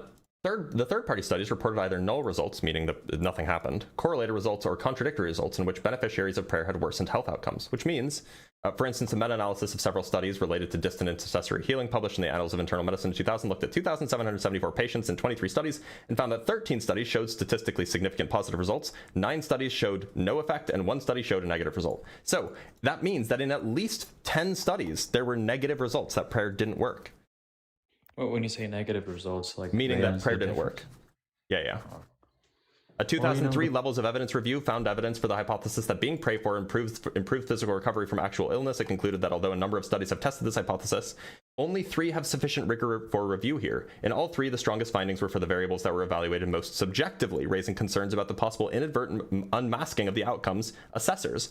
Other meta-studies of the broader literature have been performed showing evidence only for no effect or a potentially smaller effect. For instance, a 2006 meta-analysis on 14 studies concluded that there is no discernible effect, while a 2007 systemic review of intercessory prayer reported inconclusive results, noting that 7 of 17 studies had small but significant effect sizes. But the review noted that the 3 most methodologically rigorous studies failed to produce significant findings. So even if you think that sometimes it works, it doesn't work every time, is the point. And that completely corresponds with my theory of religion, you know? Only some people actually mean their prayers, whereas the other ones are just doing it Only for the some sake of people testing. actually mean their prayers? We know this. There's cultural Christians that go to church because they're, you know, raised Christian, and there's some Christians that go to church because they actually believe in God. And look, what if I So do you? point to things- So your. By the way, your burden is like enormous here, and it's like this is to the point of absurdity, right? The claim is that there's not a single genuine Christian who believes in God that has ever prayed and not had that prayer come true. There's no evidence of that so far. So yeah, I mean, Jim Shaddix is evidence of it, by the way. But absence of evidence is an evidence for absence. So like Jim Shaddix died of cancer, and he was a devout Christian. So you know for a fact he hasn't had any sort of wrongdoings. There is no reason to think so. Okay, see, like this is your problem. You go by what you could only observe. I go by what the the facts dictate. Do you have any evidence that there was a scandal? That he wasn't a true Christian? Maybe his faith wasn't as strong because the prayers obviously didn't work, right? I mean, yeah, that's only assuming the case that if it. Look, you're begging the question. You're saying, well, look, it must have been the case that his prayers weren't as strong because he got cancer. But you're assuming that the reason he got cancer was because he wasn't Christian enough. Which, by the way, if this worked, like, it would just be the case that Christians wouldn't die of cancer. Like, Christians would have a statistically lower probability of dying from cancer than the rest of the population. But that's obviously not the case. And they do. Like, oh, do they? Yeah, I mean... Is there evidence to support this? Yeah, there are statistical findings that show Christians on average are, not only better at being empathetic humans and just better virtuous humans, but they're also less likely to have any sort of health complications compared to like people that live in different countries, for example. I'm actually curious if there's any evidence to support this. I read about this, dude. Okay, what's the source? It was on Reddit. Oh, this is interesting. This is actually very interesting. So here's a paper. Wait, you read it from Reddit? This is a troll, right? Okay, so mortality differentials in religion in the US, religious affiliation and attendance. Okay. This is a published result. Figure 1, this is the life expectancy by religious affiliation at age 55. I think that this is focused in the US, of course, but that's fine. We can just focus on the US. So notably, evangelicals, even mainline Protestants live less than Jews do. Well, They have okay, shorter expected lifespans. That's very interesting, actually. That is very interesting. All right. Which means that, you know, it seems like that they're more likely to die of things than Jews, say. That's because they give out so much. Christians are empathetic. They give out and they... Why would that mean that they're more likely to die? Because they care for other people more than they care for themselves. That's why you see They other shouldn't people need to around care them. for themselves. They shouldn't need to care for themselves if the true Christians don't get cancer anyway. They don't get disease.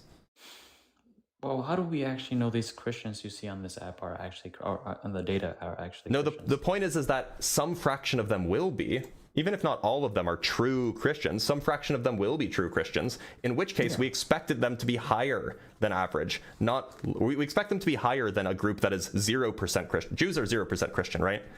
So we would expect that a group that has some percentage Christian would have a higher life expectancy than a group that has 0% Christian. Well, can I come back a different day and show you why you're wrong? Like, it's really hard right now. I grant that. You can come back whenever you want. All right. I'll have Take a care, day Rose. Please do.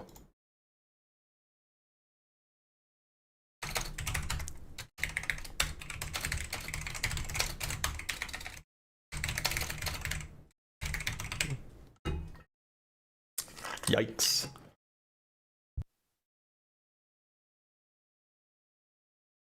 All right, let's read some super chats and bring on our next guest.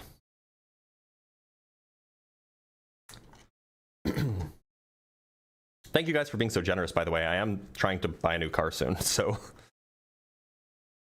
From Dr. Fudge with the $10, I actually can't be wrong because I said so personally. It sounds like a skill issue. It is a skill issue, actually. That's the same reason I'm not wrong. From Faulty Muse with the $5, you're much more patient than I. I would immediately drop someone the moment they say, "Can I talk now?" Because that just proves that they're bad faith. No, I mean, it's just the thing that some people say, and I can understand getting frustrated with that. From Tim Davidson with the $2, caller, if it's perfect, who did Cain and Abel marry? Yeah, right? Yeah, we're thinking of getting an EV. From Censored with the 65 Swedish kroner, prayer works. I prayed for prayers to not work, and they don't. Good point. Yeah, no, of course there are requests. We're going to bring up another guest in a minute. From Tim Davidson with the $5, if prayer works, God. If prayer works, God. If prayer doesn't work, God. Heads I win, tails you lose. Yeah, that's exactly the point that I was getting at. If a test's failure and success conditions are both evidence for the thing, then neither of them are evidence for the thing. From Gumby Deninos with the $10, is it fair to speculate that discovery of the graviton may be gated by physical constraints? If space-time is an underlying substrate, we'd be trying to infer the substrate from products of itself.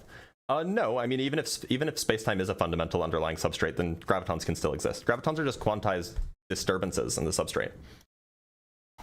From Equilibrium with the $5, thank you so much, Equilibrium. Just found your channel a few days ago. I greatly enjoy your content. Keep it up. I'm a Christian and I was MAGA. My paradigm is shifting. Thank you. Well, look, more power to you. Keep on learning.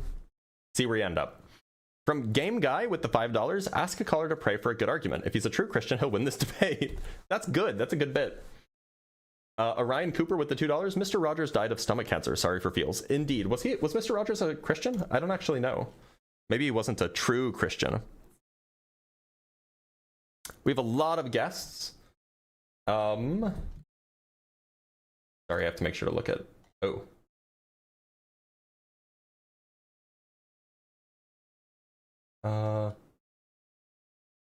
Okay, sorry, I was just double checking something.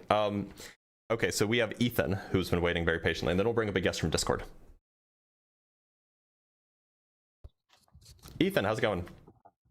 It's going good. How about you? I'm doing all right. Ethan, do you believe in God? I do. All right, I don't. Why should I? Well, I guess a fair question maybe from my side might be like, why don't you? Because the reasons that people have tried to give me are usually crap.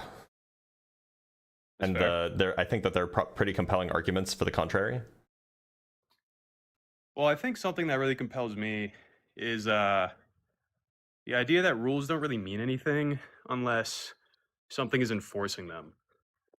So I think when you look at maybe like a digital space, those rules have to be enforced by something that keeps track of everything within the system. Excuse me, Sure. I've been doing some woodworking. But yeah, it's just like when you kind of play that rationale out, it sounds like you need something keeping track of everything everywhere over all time to enforce behavior on everything. And What do you that to mean me behavior? sounds a Do you mean lot- like laws of physics kind of thing? Yeah, like whatever rules govern whatever system is in question, there has to be something enforcing those rules. I don't think that like there are rules governing the universe. I think that there are rules that we write down that describe the universe, for example. Yeah, but like, why is it consistent everywhere? It's kind of my point. I don't like, know. Well, Do you know? I can demonstrate that at least virtually, if you want system behavior to encompass, say, like a virtual world, then you have to have something enforcing that behavior. So I find that compelling. And again, it's like perfectly logical too. Like if you run a computer program or play a game, even if it's like chess or something, and the logic of the game is like inconsistent, then it breaks, right? It crashes or it doesn't work. Well, yeah, but that's So- because we're making things do things that they wouldn't naturally do. Right? Yeah, but my point is like if you want to make like a self-consistent world, then there needs to be something enforcing rules across that whole world is what I can at least Well, demonstrate. maybe if you want look, so I think that that's only the case if like that's not the natural state of affairs. Yeah, but Right. like what enforces it being natural? I mean, I think when you look at the I don't universe know. things, I like I don't know why the universe is the way it is. I don't think really anybody does, theists or otherwise. But like, look, things only need to have rules enforced on them if they wouldn't behave that way anyway. Right? yeah, but it's like if that behavior is not defined somewhere, then it's kind of illogical to say that it should behave that way. I mean, Like, if I don't in have a some sense, like I don't know what you mean by defined somewhere. Like things I'm can just have kinda- dispositions, right? I'm just kind of like playing on the. I'm trying to like analogize with like video games and like digital stuff because it's very Right, but video games and digital stuff behave the way they do because they are not behaving in the way that they would naturally behave, right? Like we're making them do things that they wouldn't normally do, which is why we have to add so many constraints and things like that. Well, I mean, they could behave that way. Like on some distant planet somewhere, maybe a bunch of rocks and stuff fell into just the right position to. In form a which case computer. in which case it's not being enforced, right? Well, I mean, I think a good counterexample to that would be evolution, right? Like the constraints of the rules of the universe eventually produced like an intelligent system or intelligent beings, right? Sure. The So again, behaviors it's of the just stuff led to certain outcomes. Sure. Yeah, but my point is like if you wanted to replicate that, what you can demonstrate is that you need something enforcing that behavior on everything. Only if you want to Right. replicate it in a system that it's not the natural like behavior, right? Yeah, but the reason that we call it natural behavior is because that behavior is seen everywhere, right? Well, Like, look, if I so produce- things could like put on my shoes for a second. Things could have like a natural disposition, and if that is the case, then there's no reason to expect that they need to be enforced to behave that way. I just don't really see that play out in a way that is like demonstratable. Because again, like if you wanted to build a system, as science does, they try to minimize a system and then control the variables going into it and out Yep. of it.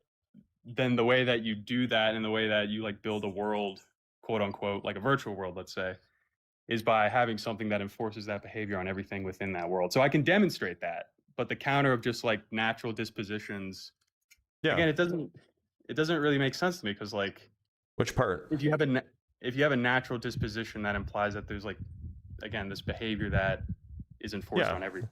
That what makes it be an electron is that it behaves a certain way. Yeah, but that behavior is consistent everywhere, right? Yeah. Well, there's only the one electron field, so like it's not surprising that it's consistent because it's only one thing. But that field encompasses everything that we know of, at least, right? yeah, it's everywhere. Yeah. So it just kind of like mimics that. But like behavior it's just we're one talking thing. about. So like of course Yeah, I it's going to mean, be yeah. consistent between places. It's one thing.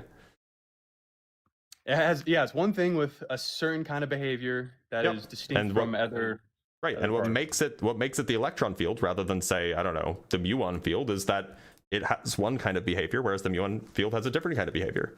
That's what makes them different. They behave differently. I see what you're saying, but again, like them being distinct still doesn't get to my point of like, okay, it's still this rule that is enforced everywhere. But it's not a rule. It's just how the thing is. If it wasn't that way, it wouldn't be an electron. Or the electron field, rather. But again, still like that behavior, at least I can demonstrate that it would need to be defined by something. And it What do you seems mean? kind of irrational. Why would it need to be defined by something in order to behave that way? Because those rules wouldn't mean anything if nothing was defining it and then enforcing it, is my point. What do you mean they don't mean anything? If they behave a certain way, then there are no rules making it behave that way. It just is that way, and then we write down formulas that describe the way it is. Well, then it just sounds like we're talking about the same thing, but like with a different label on it. Because if it just is that way, and it's immutable, and it's like this fact, I'm saying the same thing, but I'm saying that the logical conclusion from that I can draw from, say, simulations or games or whatever, is that you need something enforcing that behavior everywhere. And it seems kind of irrational to say otherwise. Well, I mean, I would say that probably in all of the cases where we see regularity, the vast majority of them don't have an obvious designer. So it seems like actually the rational position to take would be that things have natural dispositions, and they don't require a designer or an enforcer to make them behave that way. Because that's like the vast majority of stuff in the universe. Well, my claim is that this is the case for like all things. Like rules don't mean anything unless something is enforcing them. Is again my. But you're drawing that conclusion from like things that we designed, but things that we designed are the vast minority of things that exist. Well, yeah, but again, the example that I pointed to earlier was evolution, right? Like that's a good example of natural dispositions, let's say, those rules, then creating this emergent behavior of intelligence or life or whatever. So yeah, but that's again, not an example of like rules being enforced. That's an example of, on my view, that would be an example of like natural dispositions giving rise to things that think there are rules. But again, it just sounds like we're saying the same thing, but like with a different label. I don't know. We might just be like talking past each other. But yeah, I just think that rules don't mean anything unless there's something enforcing them. I think it's kind of irrational to say otherwise. I think you're framing rules as things that obviously in governments rules exist, right? We make laws, but the kinds of rules that we see in nature are not the same kind of thing that we see in governments, for example. Well, yeah, right? I'm not. The things that we see in nature are descriptive, not prescriptive.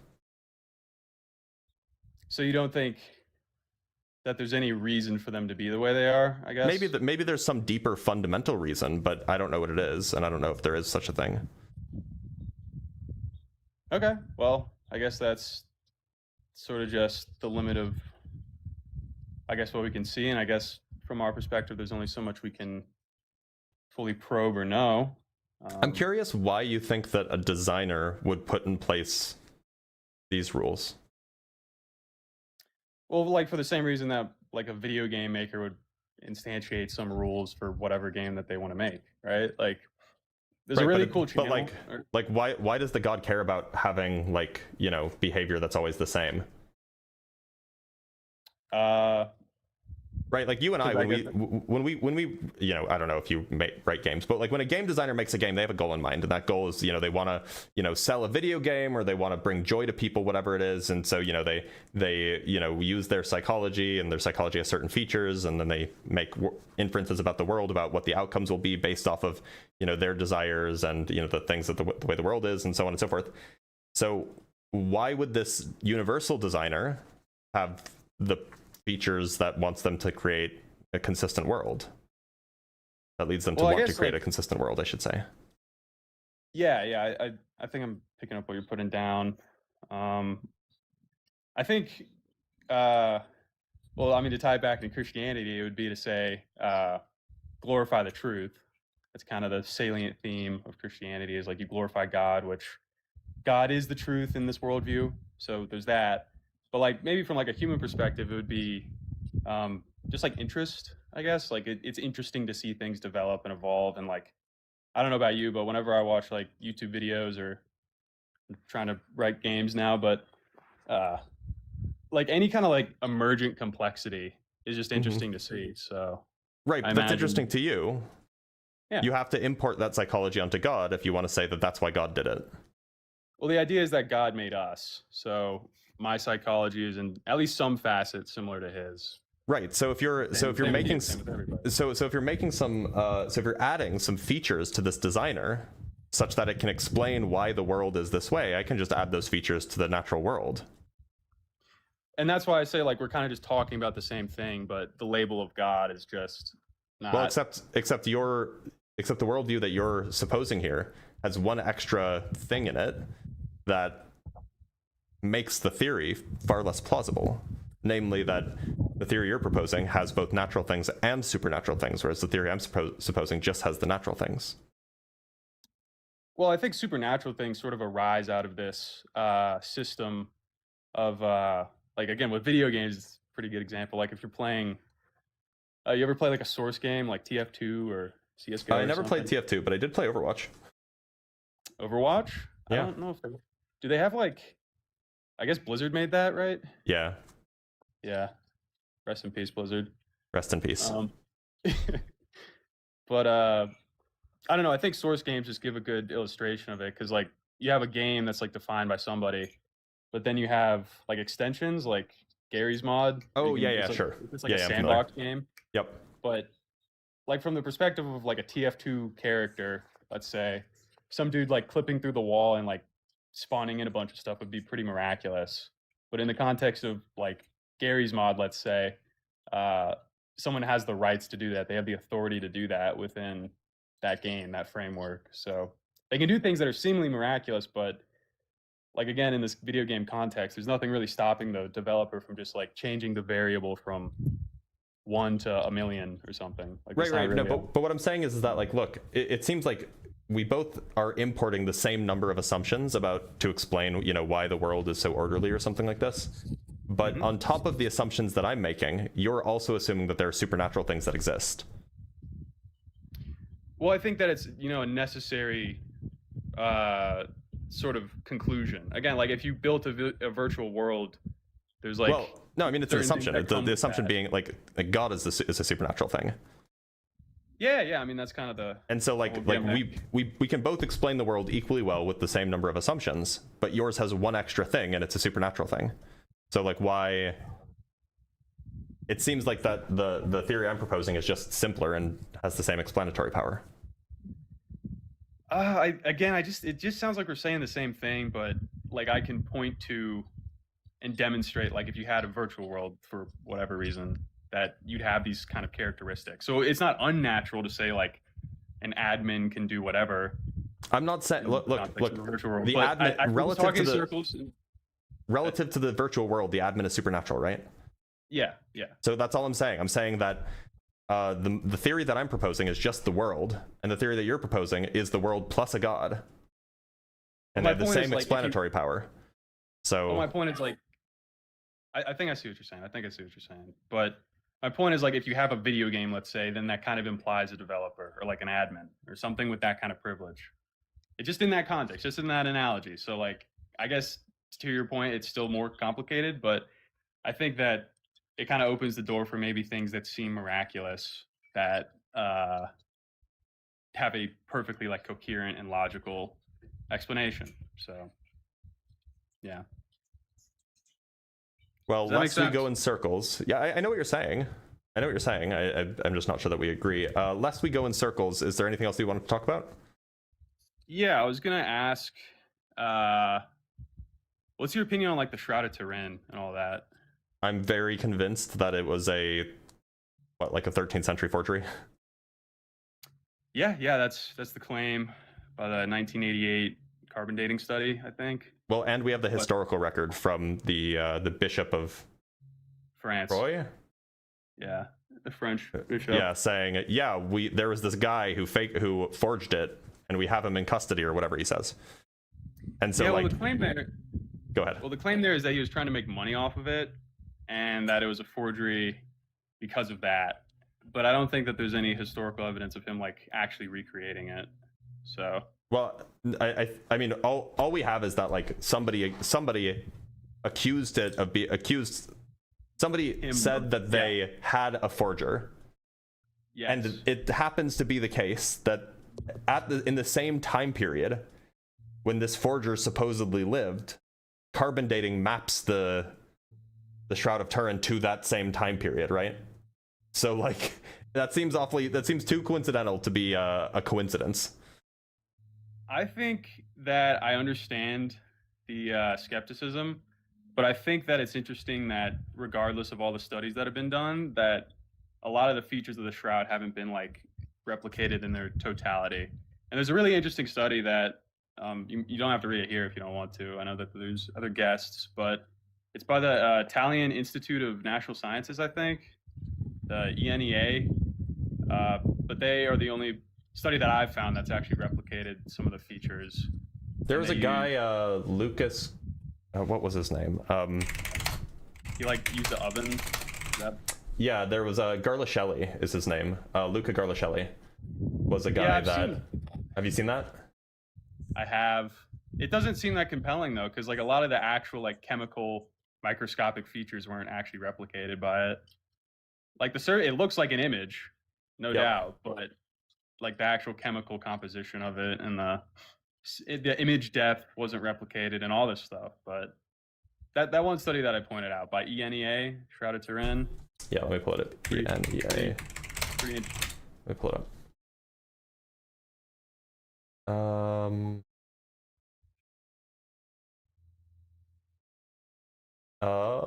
Let me see if I can find it. Referring to something like this. There's like an actual article and study. Oh, it could not be found. Oh, wait a minute. Is this the group that I think it is? Let me see if I can actually find the paper. 6-page report, I think. Yeah, let me see, because if I remember correctly, yeah, superficial and shroud-like coloration by short blah blah blah blah blah. Right, this one. This is in applied optics. Maybe. Is this the actual paper? Or? Yeah, well, yeah, I'll have to. This is the abstract. I can pull up the actual paper, but I can't show you how I do it because if I do, then you know. Is there like a copyright thing? How does that work? Yes, it is. Pay no attention to the source of the. Pay no. Oops. Nope. Ignore that. Nope. Ignore that. Oop. Where'd it go? Pay no attention to the location of the paper. You're talking about this, right? Scroll down. I think maybe. Yeah. Okay, because if memory serves me, let me see it. Let me just double check my notes because I vaguely remember that there was a thing about. Oh, where is it? Here. One moment. Go away. One of these authors has an extraordinarily bad reputation, and I want to say it's is it Lazaro or is it Baldacchini? Let me see.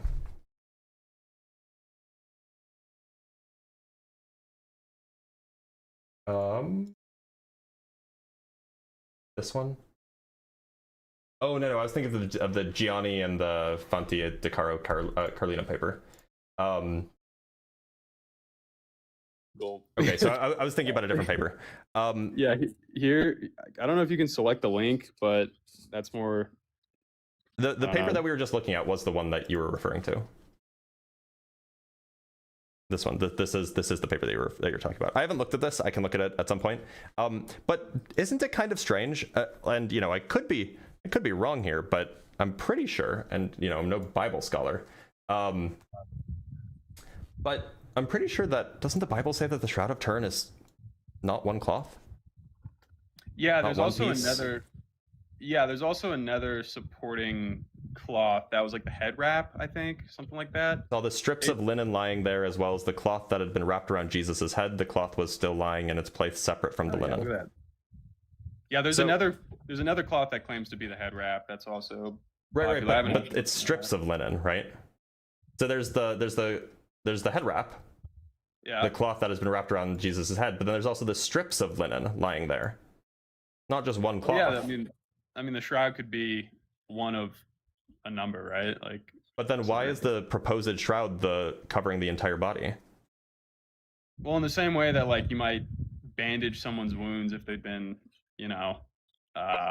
flogged, you might wrap those up and then wrap up the appendages and then wrap the whole thing in one giant But cloth. if that were the case, then wouldn't the blood not make it through from where the wounds were?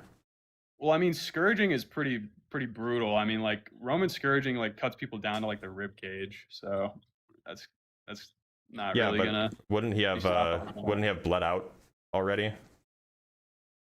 I mean, I don't know the specifics of how scourged he was, or like if it hit anything vital, but again, the shroud just shows a lot of interesting like anatomical complexities. Like the thumb on the image is folded over, which is consistent with Roman crucifixion before the 4th century. But again, like, my whole point is, what do you mean? Like, you mean the way that they were buried? no, like the way that they crucified somebody was it was like down to a science. And we didn't really know about it until like the 20th century in its details. Are you sure? Yeah, it was banned in like the 4th century, I think, because it was too. How would we not have known about it? Because I guess the documents were confundeled with or something, or maybe they just weren't like found by. I might be wrong on that. Definitely fact check me there, but it's like there's like a lot of anatomical consistencies between the image and the shroud. But regardless, like someone, if they could produce the image, maybe they could like replicate that. But the point is like the actual like replication of the surface features of the shroud are pretty interesting. It's a little weird, right? Like, yeah. so here's an image from the Shroud of Turin, and like this just looks like a person.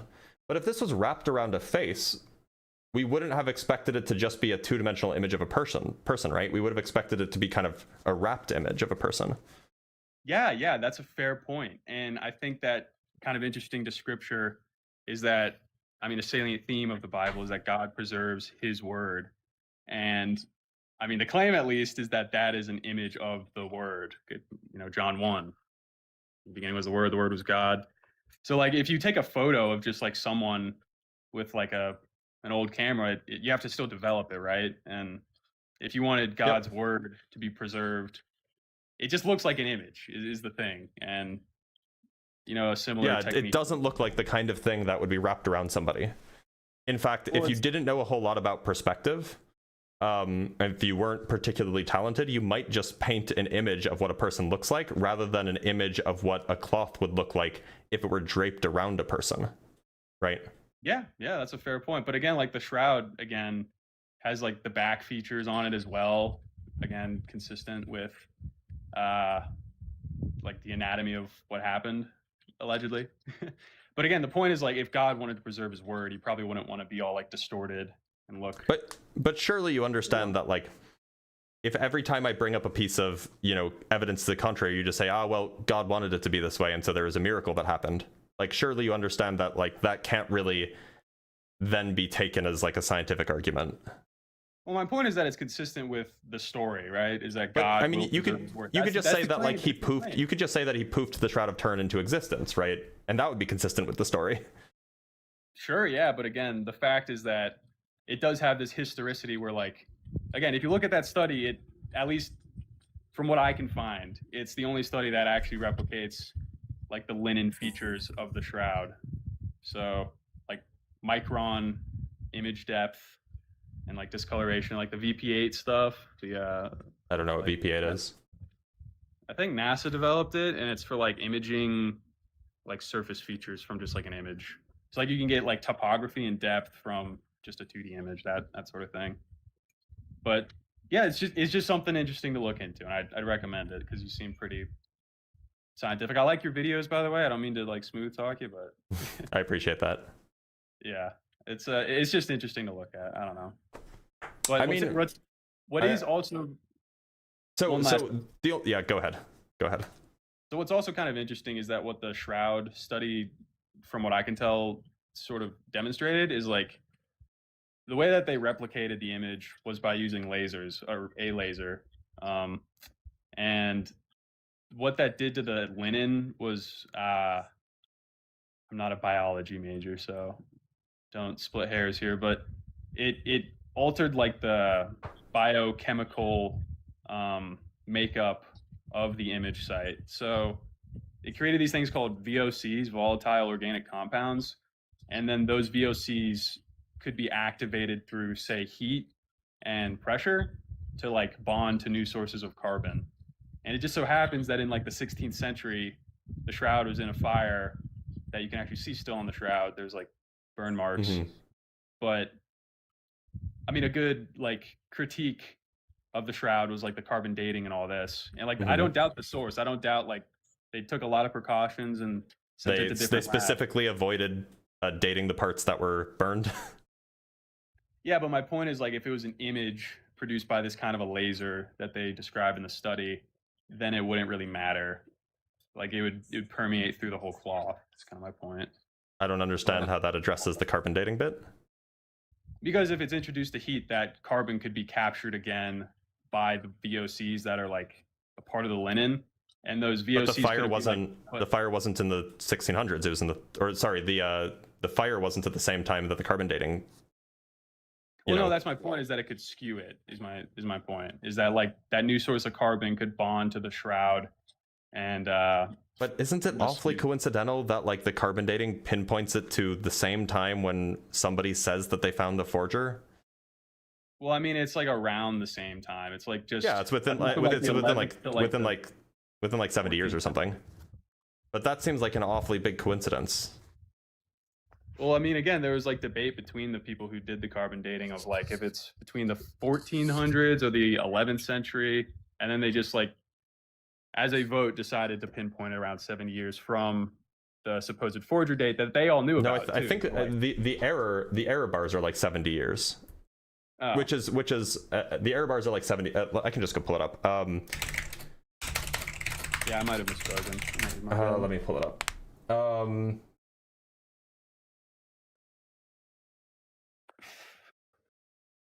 What the actual paper published in Nature. Okay, so we can actually get the here we go. Here's the actual paper, and I could have been misquoting it too. So this is the original paper from 1988, 1989 or whatever. Okay, so here's the relevant mean radiocarbon dates.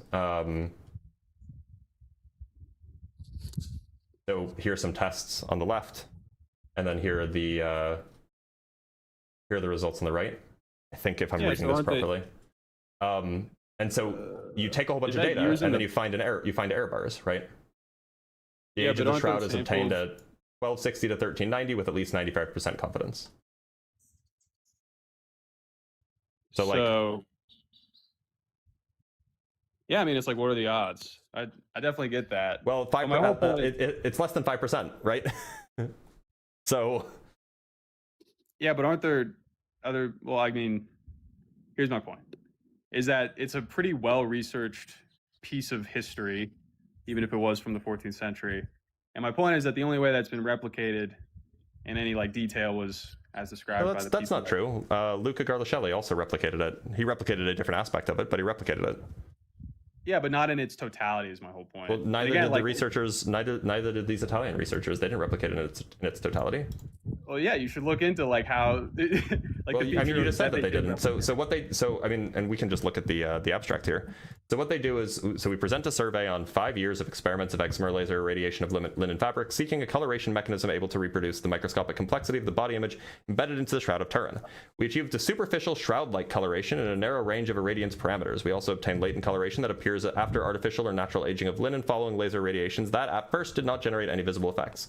More importantly, we have recognized photochemical processes that account for both coloration and latent coloration.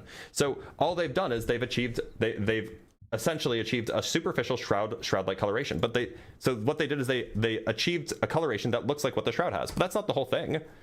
The Shroud of Turin is not just the color. Yeah, I know. That's So That's they my only point. replicated part of it. Allegedly, I haven't read the paper, but I'll just grant it for the sake of argument. So like, you know, Luca Yeah. Garlashelli, he replicated part of it. This team replicated part of it, or Luigi Garlashelli, I'm sorry. So like it's, I don't know. It just seems like this isn't the only study that's done it. Well, again, the point that I'm trying to get at is like the part that they replicated in that study that you just read the abstract of Mhm. was like the interesting part, the part that really is hard to explain how someone in the 14th century, let's say, would replicate that. And similarly with Luca It's Luigi. Garlashelli. I'm sorry. It's Luigi Luigi. Garlashelli. It's not Luca. Yeah, I just got it wrong. Well, yeah, no worries. But like the features that he replicates aren't even on like Have the you same looked at it? scale. Like They're actually far it- larger. Yeah, but like the actual like image features are, they leave chemical marks, they leave burns. I think like the image depth is like 2 orders of magnitude deeper than. Have you looked into the Luigi Garlashelli reproduction? Huh? Have you looked into Luigi Garlashelli's reproduction? Is he the guy who like made it using like an oven and like a chemical sort I of think so. methodology? Maybe this Yeah. one.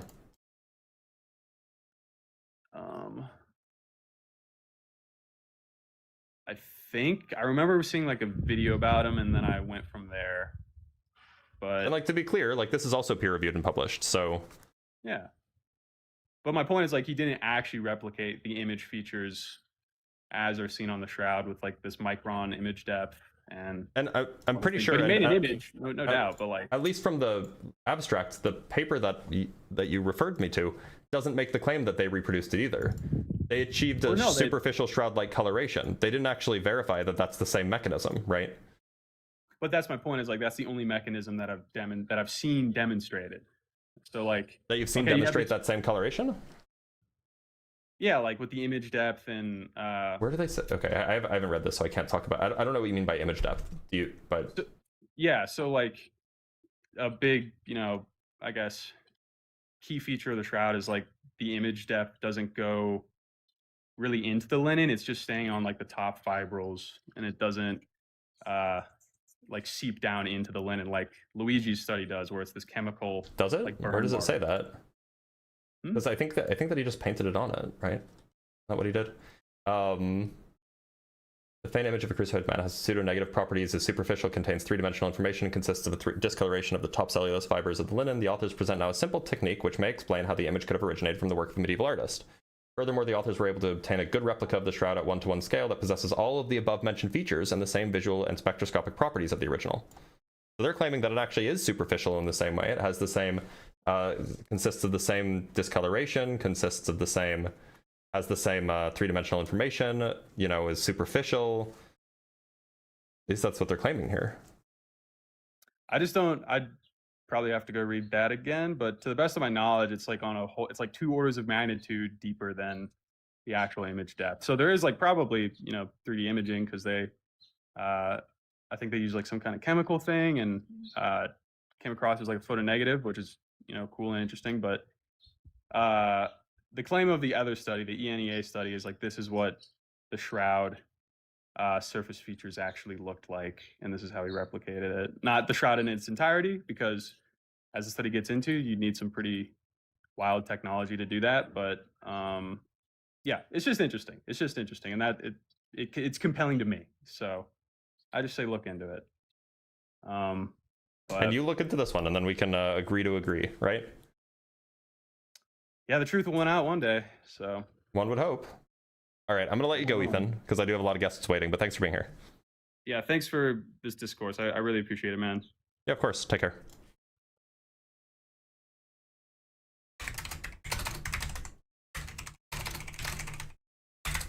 All right, I said I would bring up a guest from Discord, so I will do that, but first I want to just read some super chats, and then we'll move on.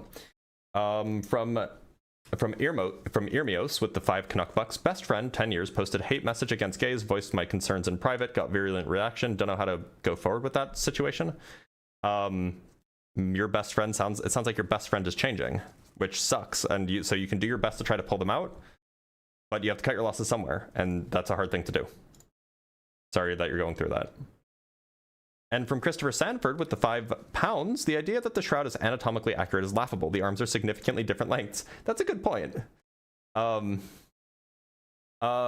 Timothy with the $2, even Bishop Darkus from that time denied the rag. Yeah, like, I don't know. Like, the fact that there's a historical and empirical alignment of dates seems like it's evidence against the Shroud of Turin. Like, that seems like it's the smoking gun.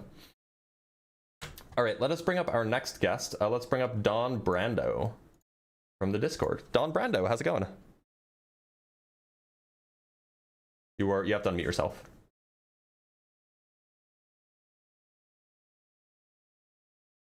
Don Brando, you there? Oh, excuse me? You're excused. Don Brando, you're on the show. Oh, sorry. I was listening from the live and That's fine. I wasn't sure. You're here now. So So Don, I actually was... do you believe in God?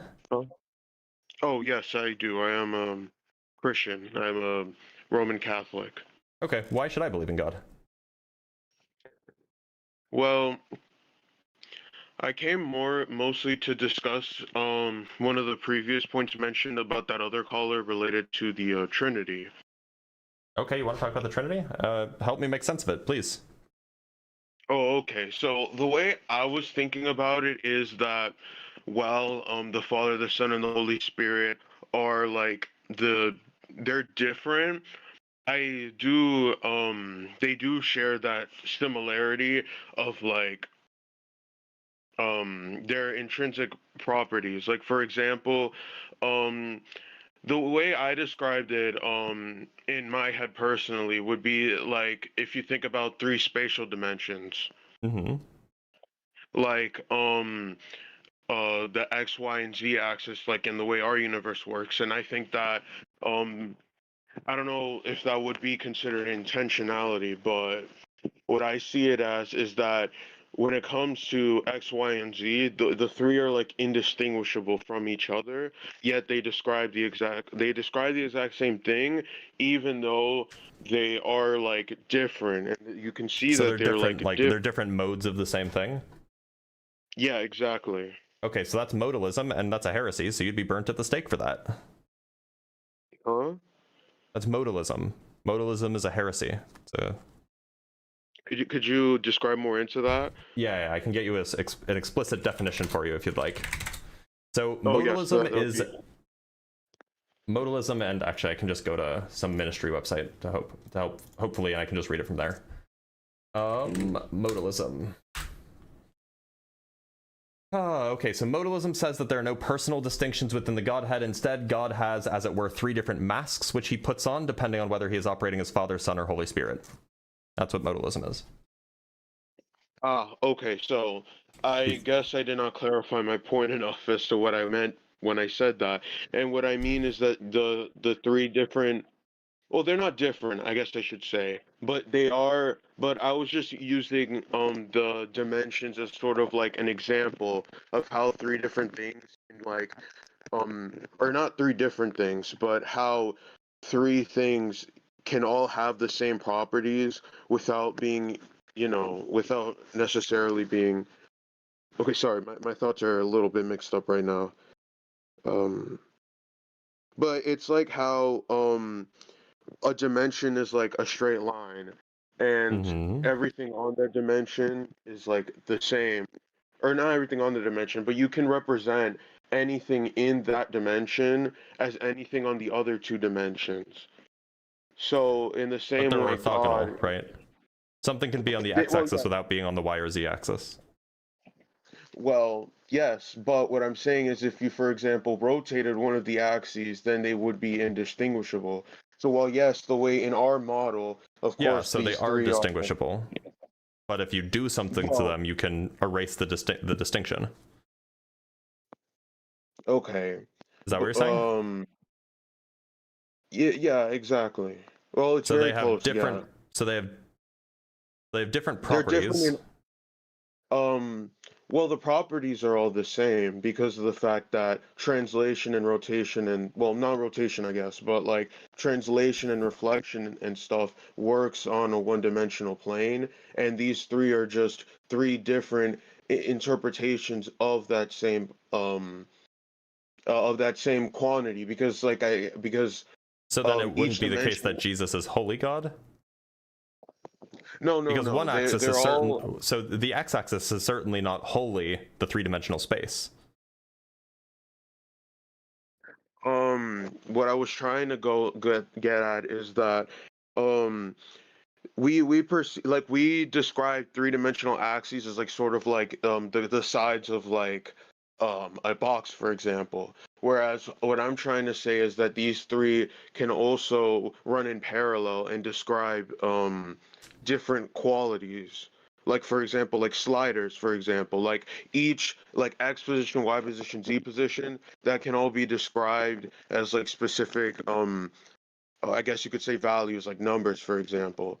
And I could say that equivalent, like since we see that all of these three things can be described as like one thing, like as a value, I think that God works in a similar way.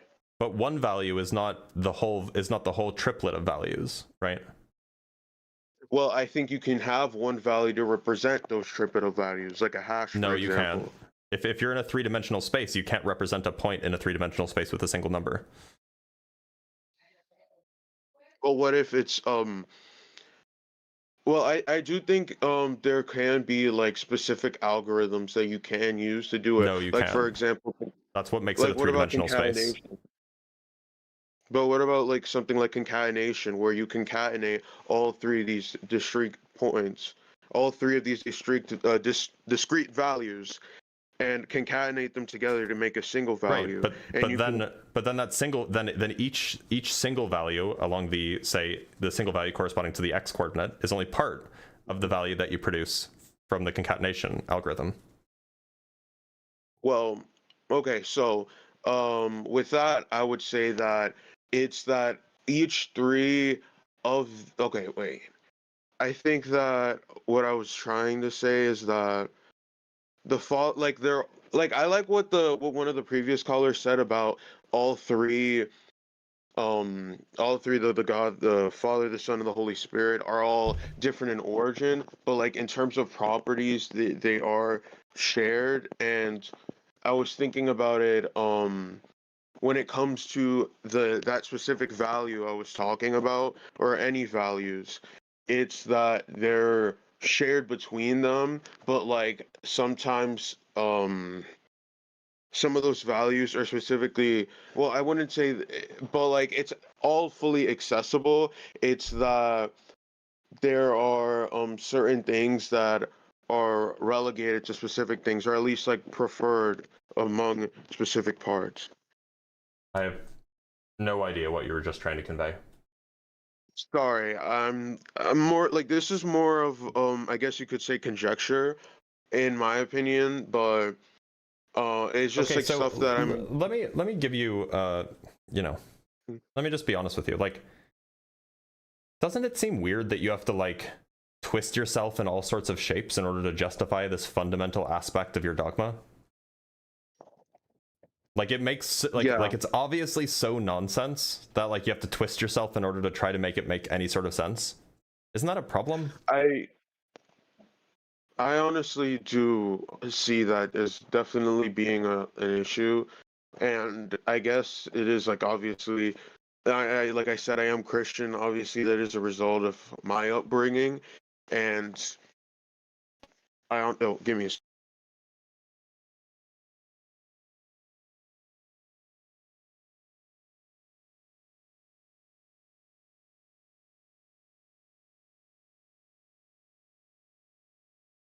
You ever have a dream where you and the dream, and so when did you a dream? Did you ever? I see. Yeah, I am a little bit mixed up in my thoughts. I haven't really like fully formalized them. Nobody And in that has, way, because the Trinity doesn't make any sense. well, maybe I'll come by another time to talk about that. Like maybe something less specific about that sort of aspect.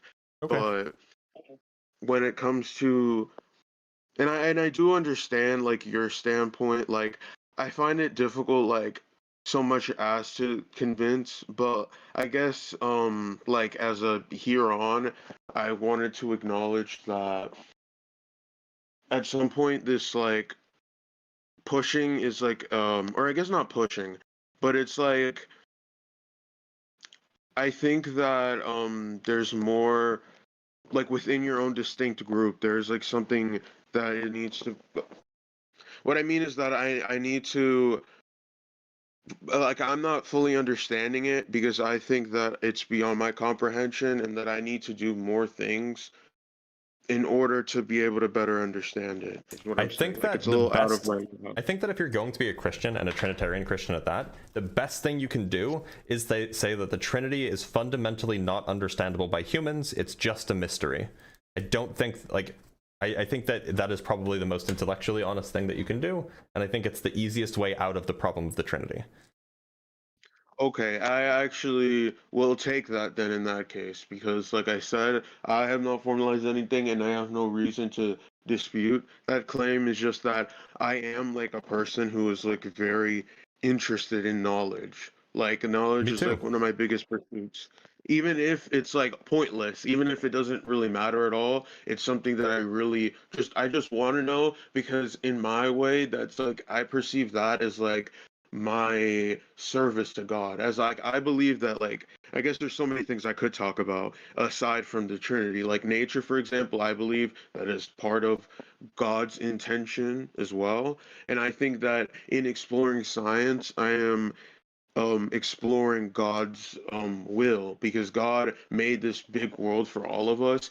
And I think you as well, you are learning about it and you're learning things, and that way you're also So, doing a service do you to want our to talk about Creator. why I should believe in God, or do you just want to call it there? I mean, honestly, why you should believe is Mm-hmm. honestly because, well, like I said, at least in my maybe it won't like because you don't have the basis on it, but my idea about the creation, like I said, I believe the world's, or I haven't said it, but obviously I would believe that the world is created by God, and by that extent, I believe that since God created the world, I'm showing like I believe in Him I understand that. I'm asking, what's the reason that I should believe in God? because God created the. That's Okay, now presupposing the I thing. can see. Yeah, Yeah. yes, I see that. Well, then I guess I'll call it here, and then maybe Okay. join on another portion. But Okay. thank you for your time, and I'll definitely be around for the other lives. Okay. Take care.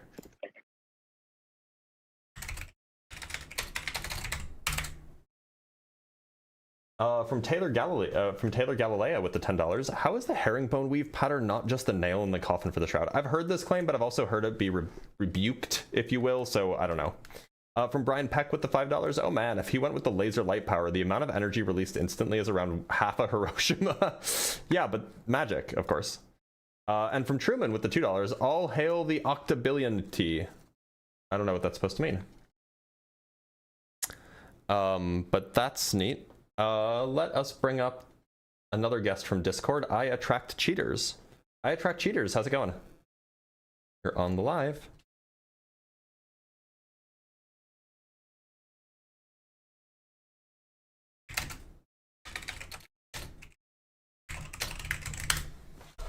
I attract cheaters. You there?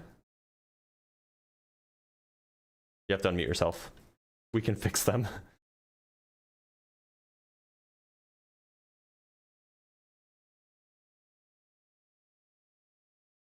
All right, looks like I Attract Cheaters is not here. Bring up Justin.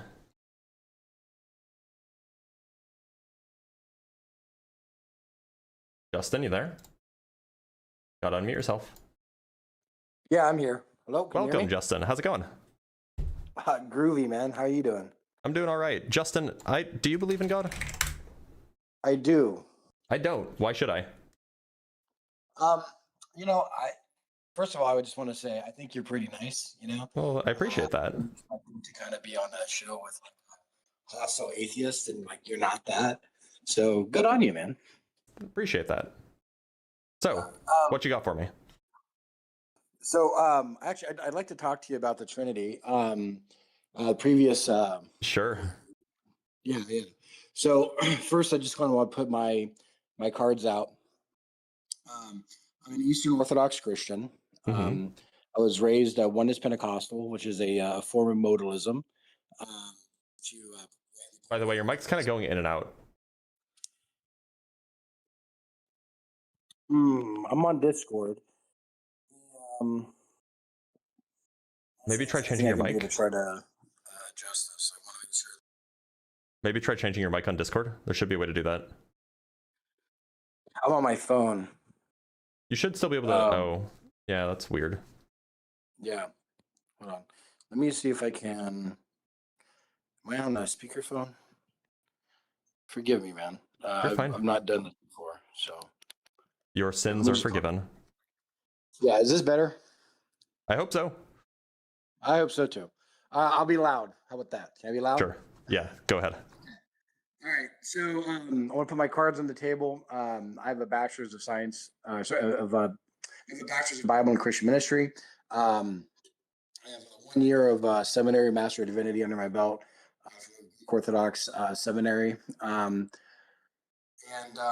currently, I'm enrolled in social work. Sorry, one more time? Yeah, it's not better, unfortunately. Oh no. No. It's like every like fourth word, every fourth through eighth word is just like silent. Oh no. Okay. Well. Let me see if I change the. Here, is this better? I don't know, maybe, hopefully. I just turned off the suppressor. Maybe that'll work, yeah. So yeah, hopefully that means, any gap will be suppressed. Okay. Nope, it's not better. Oh God. Well, can we try to push through, or do you think? I'm missing half of your words. Okay. All right. Sorry about that, Justin. Feel free to try calling back another time. Maybe next time come on a computer, and I'm happy to talk. Sounds if good. you can. Man. See you soon. All right. Take care. Bye. Bye. That's a bummer. Sound like a nice guy too. Okay, let's bring up Oka from TikTok. Oka, how's it going? I'm good. How about you? I'm doing all right. Oka, do you believe in God? Yeah. Okay, I don't. Why should I?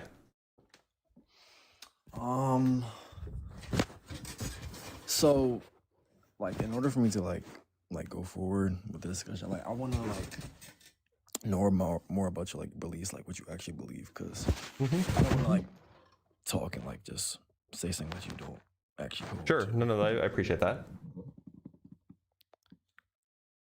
So what questions you got for me? So all right, you got it. You got to quit moving while you're talking because I can hear all of your movements on your springy bed. Yo, sorry. Literally all of them. Let me get so about the universe, like you believe that the universe has always existed, actually in a more fundamental way, like probably. I'm agnostic about whether there was a first moment of time. If that helps. Can you elaborate on that? Yeah, I'm not sure. I don't think that there's enough evidence to come to one conclusion or the other about whether there's a first moment of time. Okay. So you believe that the universe is contingent in? No, not necessarily. I think that it very well may be the case that the universe is necessary. So you think it's more probable that the universe is necessary than it's? I don't know if it's more probable, but I think that that's something that we can't rule out. But what do you hold to that the universe is contingent or necessary? I'm agnostic about the issue. You're agnostic. I don't know. I don't think that we have enough information to say. Okay, so what positive beliefs do you have? I like how you. Well, I don't think that a God exists. I think that Jupiter is orbits the sun. I think that life almost certainly exists elsewhere in the universe. I think that evolution is true. Okay, But if you're asking about the most fundamental questions, unless we have good reason to believe them, I'm gonna withhold belief. okay, so about God, you believe that it's God does not exist, like Right. that's what you believe. Yeah, at least a god that is at all compatible with some sort of like theism, right? Like, I could be open to this idea that like the universe itself has a mind, or like that there's some sort of emergent intelligence of the universe. I don't think that's true, but I'm not gonna like rule that out. Like, I would be agnostic about that. The universe was emergent from a mind, or no, that the universe is a mind, like some sort of pantheism or something like that, or like kind of whatever Spinoza's doing. That I'm more agnostic about. But if you're talking about like some sort of like disembodied mind that is separate from the physical reality, but is itself the origin or the foundation or the creator of physical reality, yeah, that I don't believe in. Okay, so I just hold that I just believe that like there's no reason for me not to believe in God. I can give you one. For example, I assume by God you mean like the kind of God that I just described, like some sort of disembodied mind that is either the origin or the creator or the foundation of the physical world. Such a thing, as far as I'm concerned, such a thing couldn't exist in time, because that's part of the physical world. I don't believe in a causal relationship. I don't believe. Yeah, no, I know. Surely, but I don't think that you can have a mind if you don't have time. And so I think that there's probably good reason to think that there are no disembodied minds that exist non-temporally. Do you and I mean, like we have an inductive case to make for that. Like, every single mind that we've ever encountered is a mind that exists within time. Therefore, we have reason to think that all minds exist within time. Okay, so do you have like an actual do you believe that theism is like logically impossible, or depends on the kind of theism? Like, if you're doing like classical theism, like triomny theism, like that's probably an issue. You either end up at a logical contradiction, or you end up at not being able to know anything at all, not being able to trust any of your moral intuitions, not being able to trust any of your senses, etc. And I think that probably both horns of the dilemma are problematic. Okay, so I would say I'm trying to like lay out my paradigm. I believe that the universe is emergent.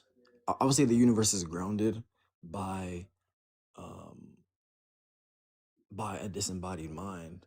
I believe the universe is emergent from a disembodied mind. I believe that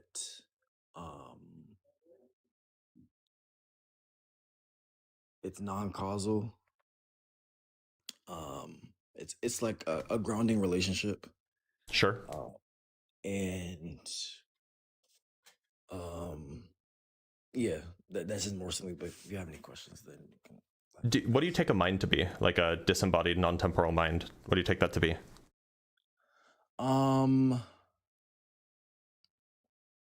Actually, I think I hold to idealism. Like I believe I believe that I don't believe in physical things.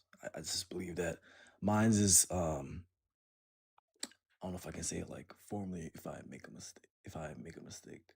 It's fine. Like, I'm not going to be like uncharitable. You've been fine. Yeah, I just say that it's an immaterial entity. It's an immaterial entity that can that is rational. I think that's like just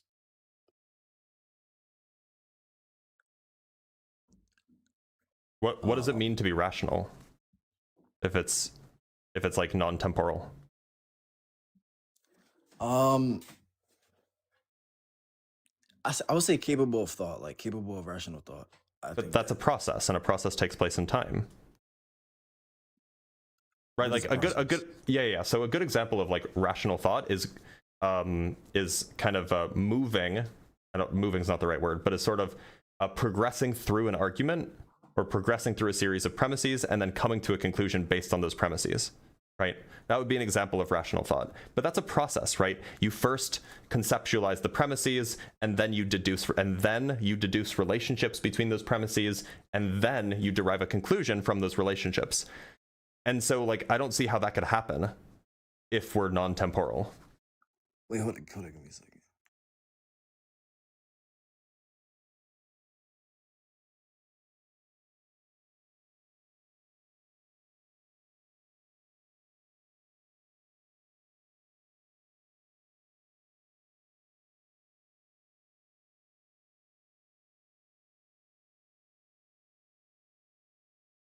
You there?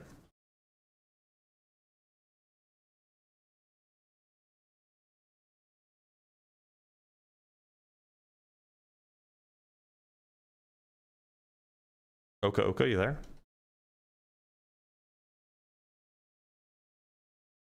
All right, so sorry, what do we leave out? Yeah, you said that. So when I asked you what you take a mind to be, and you said something capable of rational thought. And then I challenged that by saying it seems like rational thought is a kind of thing that takes place in time. But the thing that you're proposing is non-temporal. So I don't understand how this thing could be capable of rational thought if there's no time in which in which it can do rational thought. Can you go? I think you demonstrate like has to require time. Can you like go over that again? I can hear you moving again, by the way. But yeah, I'm not making a deductive case here. I'm just saying like the kinds of things that we consider rational thought would be like the. So it's just inductive. Like you don't like. Yeah. I mean, like, look, I don't have a, unless you can define for me what rational thought is, then like I can't make a deductive argument against it. But the way that people typically understand what rational thought is like some sort of process of going from some premises and perhaps some axioms or perhaps some intuitions to a conclusion, right? And that's a process that you first consider the premises, you consider the axioms, then you consider their relationships, and from those relationships you come to a conclusion. And so this is a process that happens in time, right? I'm just not sure what I don't believe that it's a process. But you can, I mean, I can understand why it's inductive to think that it's a process, but I just don't. But so what else would it like? What else would it be? Like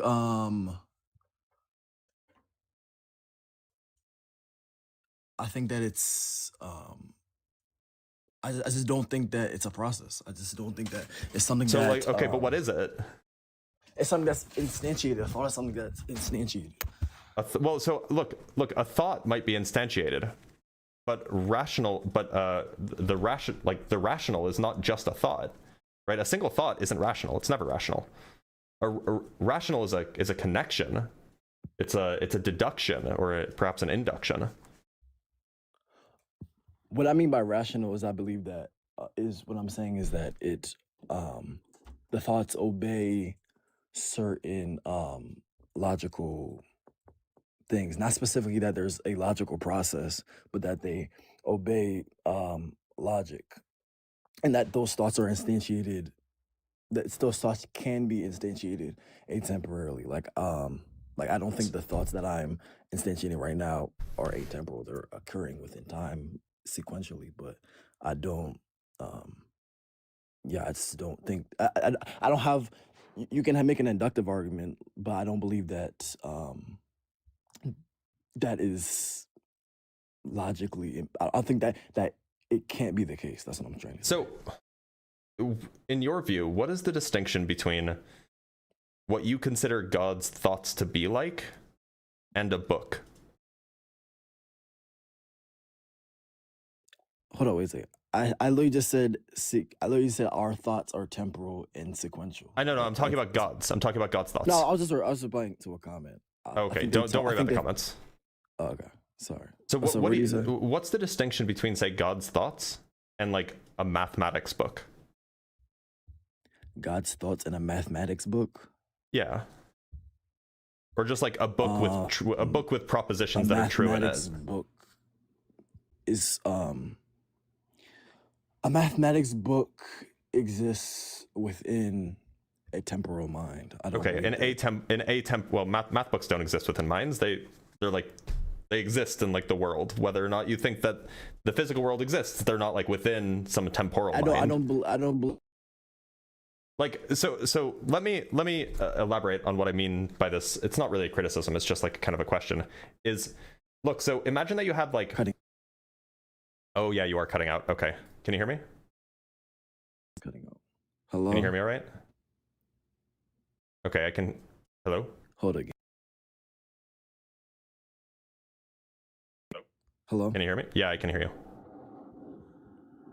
Hello. Hello. Hello. I can hear you. Can you hear me? Okay, so yeah, I hear don't me? believe that math books physically exist. Okay, I so believe so that they exist it's within minds. it's hypothetical, right? So suppose that like there is like this like the fundamental book, and just think of it as like it contains all true propositions in it, and it's atemporal, and it's non-material, and it just has all of the true facts written down in it, right? What is the difference between that No, but I'm and saying God's mind? But I'm saying I inductively don't believe that physical things exist. That's fine. We're not talking about a physical book. You cut out. Oh my. We're not gosh, talking my about a physical Wi-Fi book. fried me. We're talking about a book that exists within a mind. No, we're just talking about a book that doesn't exist within a mind. Oh my gosh, it's cutting out. Yeah, Oka, the connection looks sufficiently bad that it looks What like exactly we're is this book? It's just a book.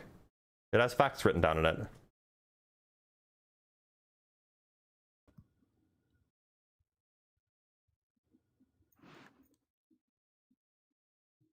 All right, I'm gonna have to let you go. The connection's too bad. Sorry, bud. Oh. I do appreciate the attempt at good faith, but we just can't. All right. No more super chats to read. Okay, well I see how it is. Let's talk to Tony the Kraken Mac.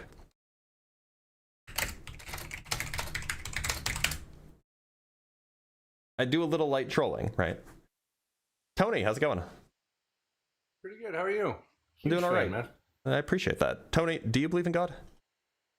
I do. I would like to. I would like to talk about the Trinity. I'm just joking. I was gonna kill myself. No, I can't say that. This is a joke. It was all a joke. TikTok, don't ban me. Don't report me, please. In a video game, in Minecraft, in Fortnite. Okay, so Tony, you believe in a God. I don't believe in a God. Why should I believe in a God? Yes. So I don't know that it really matters if you believe in a God. I don't think God, as far as what I believe it to be, I don't think God gives a shit if you believe in him or not. He doesn't believe it. It doesn't care if I believe in it or anyone else. It's kind of like you have hydrogen atoms in your skin, in your body that do their work. But if you took one of those hydrogen atoms out, it's not like your body's gonna just collapse. So if you don't believe in God, it's not like God is going to collapse or anything. No, I'm just asking why I should think it's real. So it's the consciousness of the universe. The guy was talking about video games and using the analogy of that, which was a horrible analogy. He was kind of on the right track, but it was a bad analogy. It's not so much that these rules govern everything. It's not so much that the math book actually exists. It's not that the math book and what God believes are any different. The math book is the cipher for what God is thinking, and God is thinking in binary ones and zeros. It's like the particle of light or the wave of light, depending on where you're looking at it. The universe made that decision based on what the active observer did. So it's not thinking like a human is thinking. It's not thinking like, therefore I am. Do you think that there exists a being separate from reality that is the origins, grounds, or foundation for the universe? I believe it's the very being that we, like the thing that we call reality itself is itself a being. Okay, well, that's not what I'm really talking about. Today is not, I'm an pantheist. I'm an atheist. Wait, so like, look, like maybe the universe has some sort of emergent consciousness. Okay, but that seems consistent with the view that there's not a disembodied mind that created the universe, either causally or non-causally. So it's just not the interesting conversation. But I do appreciate you being here. I'm gonna let you go though, Tony. Let's talk to Madeline Sapphire. Madeline Sapphire, how's it going? fine. Glad to hear it. Madeline, do you believe in a god? No, I'm agnostic. Okay, well then surely you can't convince me to believe in a god if you can't convince yourself, so I'm gonna let you go. I'm not trying. Let's bring up Appy TP Ciento. Appy, how's it going? Yo, it's good. Oh, god damn. Oh. You there? Yeah, I am. Yeah, I'm here. Okay, cool. So, Appy, do you believe in God? Yes, I do. I am a Christian. Okay, why should I believe in God? Personally, what convinced me to believe in God was that there is fine logic, fine temporal logic, and that's all I could think of. And I think we can talk about that. Okay, yeah, go ahead. Can you elaborate a little bit more? So, elaborating is that you can present me questions like regarding the logic that made me convinced, like maybe like what is morality? What's the argument? What does God do this? All right, I'll present one. Go ahead. What made you? What makes you not believe in God? How about that? That's not an argument. That's a question. Oh yeah, that is a question. But I like to shift into that topic first because I think it opens up arguments. How about this? When I was 6 years old, a demon came to me in my dreams and said that if you don't become an atheist, he's going to burn my whole house alive.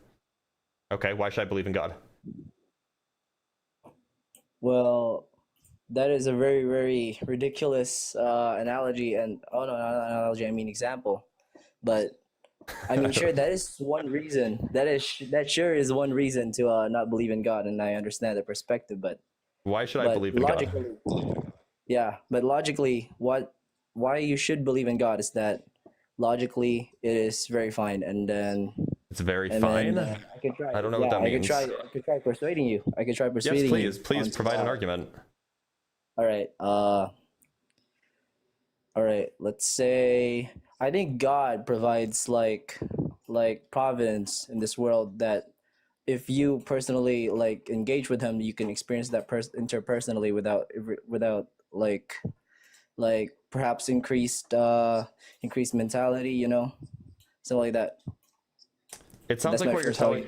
So your argument is something like, if you believe in God, you'll have cool experiences. Is that the argument?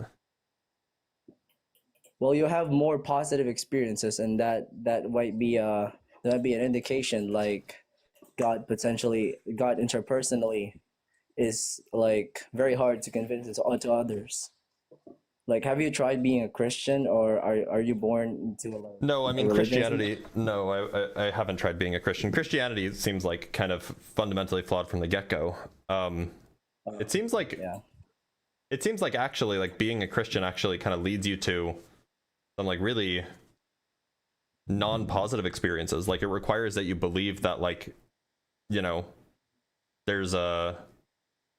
requires you to believe these absurd things, like there's a reason for every amount of suffering, right? And that seems that seems a little absurd to me. So like, I don't know why I should try doing this if you have to believe these absurd conclusions.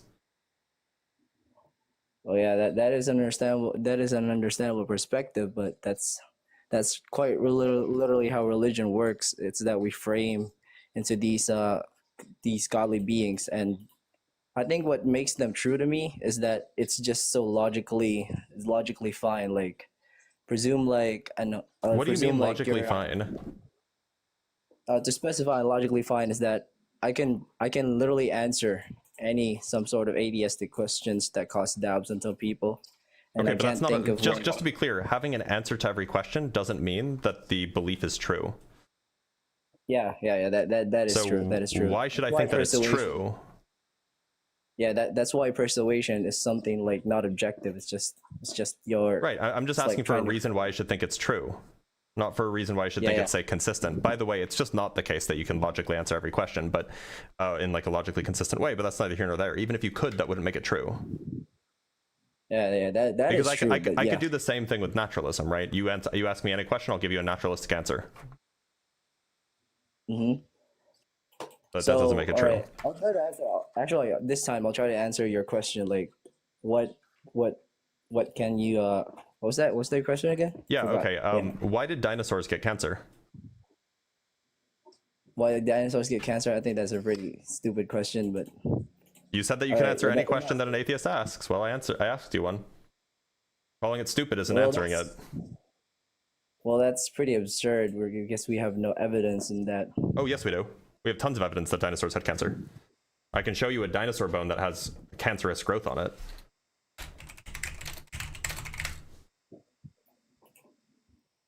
So yeah, but let's jump into something more sensical. I think that's... No, I'm sorry. You're going to answer this question. You said that you can answer any question that I ask you, and you're going to answer it. Or you can run, I guess. But just for those who don't know... That's an absurd question. Like, it's not absurd because we literally have a dinosaur bone with cancer on it right here. Well, that's not in correlation with religion or in some form, and that's what I'm here for. It absolutely is, because the question is why did dinosaurs get cancer to begin with? Why did they suffer so much? All right. That makes sense. So, dinosaurs, in the Christian theology, we actually define animals as something that has, like, although not dogmatically half spirit or something, it's just is not on par with how God treats humans, and therefore, like, they may have been cancer may something been natural that may hint into, like, allows the that hints into something logically. Like, we might ask where the cancer came from. That may be where an did the cancer evidence come that from? God provided. Yeah. That's what I'm asking. Yeah, I'm and that asking might where did be- it come from? Well, God created nature not as a perfect thing. Yeah, right. Oh, God created nature imperfectly? God created a perfect thing. God created the perfect world, which Adam and Eve caused, and the perfect world includes dinosaurs with cancer. The perfect world back then did not. Although Okay, I'm but not an so existentialist. wait a minute. So did the dinosaurs have cancer before Adam and Eve, or not? In a way, the Bible is not something scientific. Where if the Bible actually spoke about the dinosaurs, then that would be a pretty sound argument. Knowing If it did, that would be, you'd be right. That would be crazy if it did. But unfortunately, it didn't. that is So now you have to answer the question. Yeah. So in a way, I think God potentially covered that up because, again, it would be pretty absurd for him to place that in the Bible. And if it were placed on the Bible, then it almost proves his entire existence. It's Right? very, Yeah, but very, it's not. So what's the explanation for how where dinosaur cancer came from? Well, I think it is some form of natural. It is the natural way of the world that God created. Okay, Although so God created the natural way of the world includes the perfect natural way of the world includes dinosaur cancer. The analogy for Adam and Eve may have been like that. That may have. What been analogy? Like We're not talking about an analogy. I'm just asking why the dinosaurs get cancer. Well, yes, I think, or I mean, let me specify. I think Adam and Eve were something analogical and not something like truly scientific, as if they existed as real humans within this world. Did Jesus think that they really existed within this world? Adam and Eve? Yeah. I'm not sure of any scripture that mentions that. Well, I mean, he must have, because he is apparently from the line of Adam, right? And if Adam and Eve didn't actually exist, then he can't be from the line of someone that didn't actually exist, right? Right. So the chronological thing doesn't make sense, right? Yeah. Yeah. But then again, yeah, it's something analogical because it comes with a premise that if God added dinosaurs into the Bible, that would be pretty absurd, and that would right. But the point is you said that you could answer any question, not just about the things that are in the Bible. So. Oh no, I'm not talking about like the scientific stuff where I can't pull up sources at my ass. No, this isn't a scientific question. My question is why did God's perfect world include animal suffering? The God's chronological thing may have been something analogical, like again, Adam and Eve. I don't see how that addresses my question. Why was there animal suffering in God's perfect world? We can presume that God's perfect world was really when he means by perfect, I mean he foresees the future, right? He foresees the future. Presumably, yeah. Yeah. He foresees the future. So while he did make a perfect world, I think that analogically means that the nature includes bad and good. And Okay, in a so way, bad and good, that literally filters out believers who believe into him because they see him in a way that they're afraid of him, and believers who believe in him because they love him. okay, so you're telling me that God couldn't have created a world that doesn't have dinosaur cancer 100 million years ago and achieved the same outcomes? I'm telling you that God may have created what he meant by a perfect world was a perfectly natural world. That's my interpretation. So by perfect world, you just mean not perfect. You just By mean like perfect world. you just mean like imperfect. In a context, yeah, I think. So in a perfect means context, imperfect. it You're means right. Okay. perfect. You know what? So Appy, you absolutely can answer any question as long as words don't mean what they mean. Yeah, I mean, there's multiple contexts when we mean by perfect. I mean, if you look at the natural world right now, it's absolute perfection. Like, no, it's not. If you what are you talking about? The natural world isn't. The natural world isn't perfect. What aspect of the natural world is perfect? What I mean by is that it's finely tuned. That's what I mean. Like there's No, specific it's not. fundamentals that cannot be broken. Like There's what? fundamentals that can't be broken. Like how nitrogen is present in space and all. How is that fine tuned? Those are the fundamentals that really make up the world, and I think that's what I mean by. That's not fine tuning. Well, I fine tune not in that word. I mean, fine tuning is a different argument. What I mean by finely tuned is that it's finely made. Finely made. I mean, specifically. Finely made and perfect are different. I don't even know what finely made means, but it certainly doesn't mean perfect. Because we're arguing about like nomenclature, you know. And perfect. It's very, perfect like, is a word that means something. It means without flaws, without fault. Yeah. Right. That's what perfect means. And so if the world is perfect in every way, that means that there's no way in which there's a flaw, right? Yeah, but then that might be an analogy. I can go point to many. Yeah, like can you like show me an example so that we can continue with this discussion? Yeah, dinosaur cancer. Oh yeah. The radioactivity of technetium. All right. The instability of the neutron. But yeah, those are under like the fundamentals of those are like very similar, right? Like it's still no, they're not related at all. Laws of nature. They're still under the laws of nature. What I mean. Wait a minute. So the laws of nature are perfect now? Yeah, that's what I meant. Like the fundamentals of nature are. Okay, so wait a minute. Why do humans get cancer? Because that's part of the nature. I mean, that's part of the hurdles in the world that. Oh, that's not what the Bible says. The Bible says that it's because of the fall. Oh, that's because of the fall. Yeah, in a moralistic sense, because God may have foreseen that humans will be horrible. Wait a minute. So was the fall because of what Eve did, or was it because God just made it that way? As I stated, like Eve may have been like even Adam may have been something analogical and not chronologically sensical, you know. And it's all under interpretation. Okay, so you think that Adam and Eve didn't exist? I think Adam and Eve existed as the first primordial lineage, but not as the original people that were implemented into the world. Okay, so did Eve actually eat from the tree of knowledge? In an analogical sense, I think it does. Okay, so in an actual sense, you think no? You think the answer is no? I think like it's some form of artistry because we can assume that God likes art, and then Eve did something restrictive, and it's like it analogically explains how humans are very, very like, regardless of whatever. Did Eve actually eat from the tree of knowledge or no? In an artistic sense, like we can assume the first. No, why do you keep changing the sense? I'm asking, did she actually do it? Was there actually a tree with the tree with the knowledge, with fruits that give you knowledge on it? And did Eve actually eat those fruits? Yes, I think she did actually eat those fruits. Okay, when?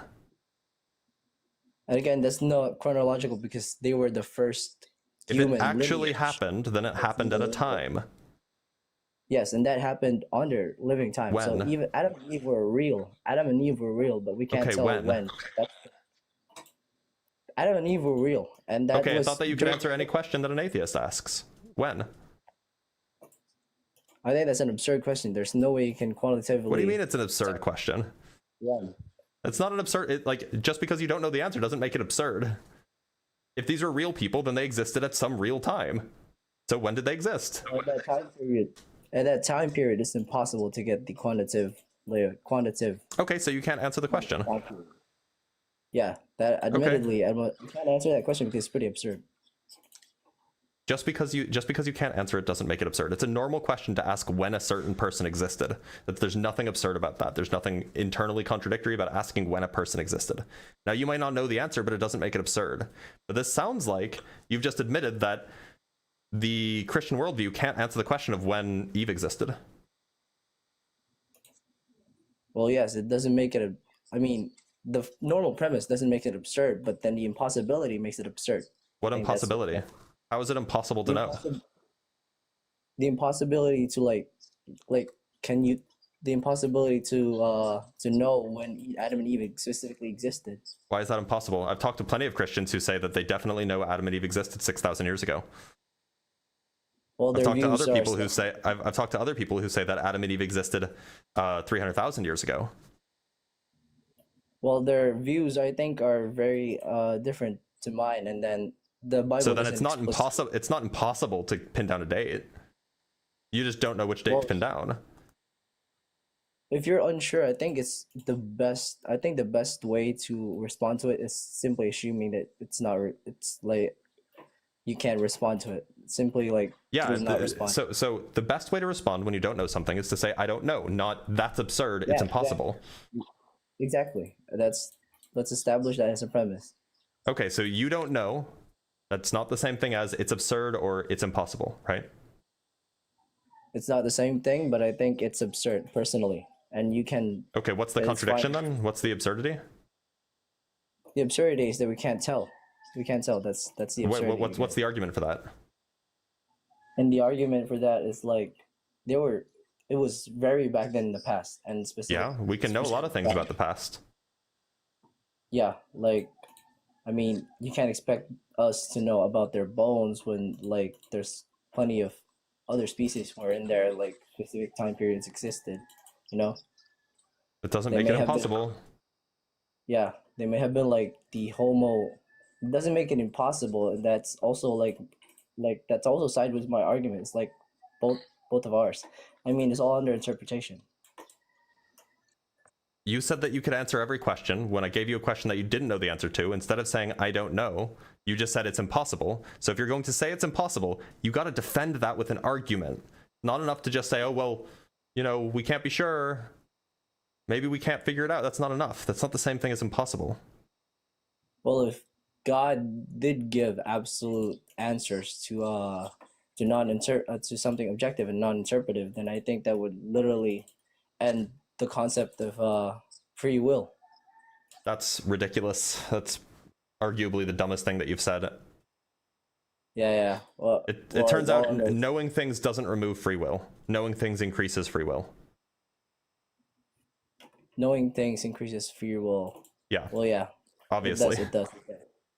I mean, yeah, but yeah. If God gave us objective information, we would have more freedom, not less. If under his existence, like if God actually showed himself to us, then that would make us more like robots and something. Something free. How would that make us more like robots? Because if God was in front of you right now and then like literally tells you everything about the future and the past, then I think why would he have to tell you everything about the future and the past in order to reveal himself to you? Because that's like our example. That's not part of it. No, if God just showed up in front of me, that doesn't remove free will. Well, yeah, but as a human, you're personally convinced by that, especially it's something magical and all. And then with the fear of specifically in the fear of doing something terrible, knowing that he absolutely exists, that would make it very, very difficult for you to commit sin. So are you telling me that whenever anybody whenever I'm afraid of something, I don't have free will? Wait, what? Repeat that again? Are you telling me that whenever I'm afraid of something, I don't have free will? When you're afraid of something, you don't have free will. Yes, psychologically in some Okay, form. so then, yeah. so that if God wants to preserve our free will, why doesn't he make us all never afraid of anything? If free will is so important to him. Well, that's also absolutism. Like, if you removed our fears, then that would make us more like robots again. That's Not having fears doesn't remove free will, it increases free will. If you have no fears, then you have more options, not fewer. yeah, but humans have a diverse. The world is diverse, and then if you like limit it to something, like for instance, if you lose the ability to fear, like there's no more convincements of sin. Like a lot of people. What are you talking a lot about? of You can people, still like, sin even if you don't have fear. I mean, yeah, but without In fact, fear, you might there's sin no- more. Yeah, fear is like one of the biggest like guardrail in doing anything, and removing that in our consciousness is again so a form of absolutism, and a lot of things come from fear. Without that, it also That's loses true, the but ability removing to- fear doesn't remove free will. How does removing fear restrict choices? Wait, say that again. How does removing fear restrict your choices? It doesn't. Okay, so then removing fear wouldn't remove free will. I mean, that's a very general statement. Like, if we narrow it to something much more tangible, then we would have.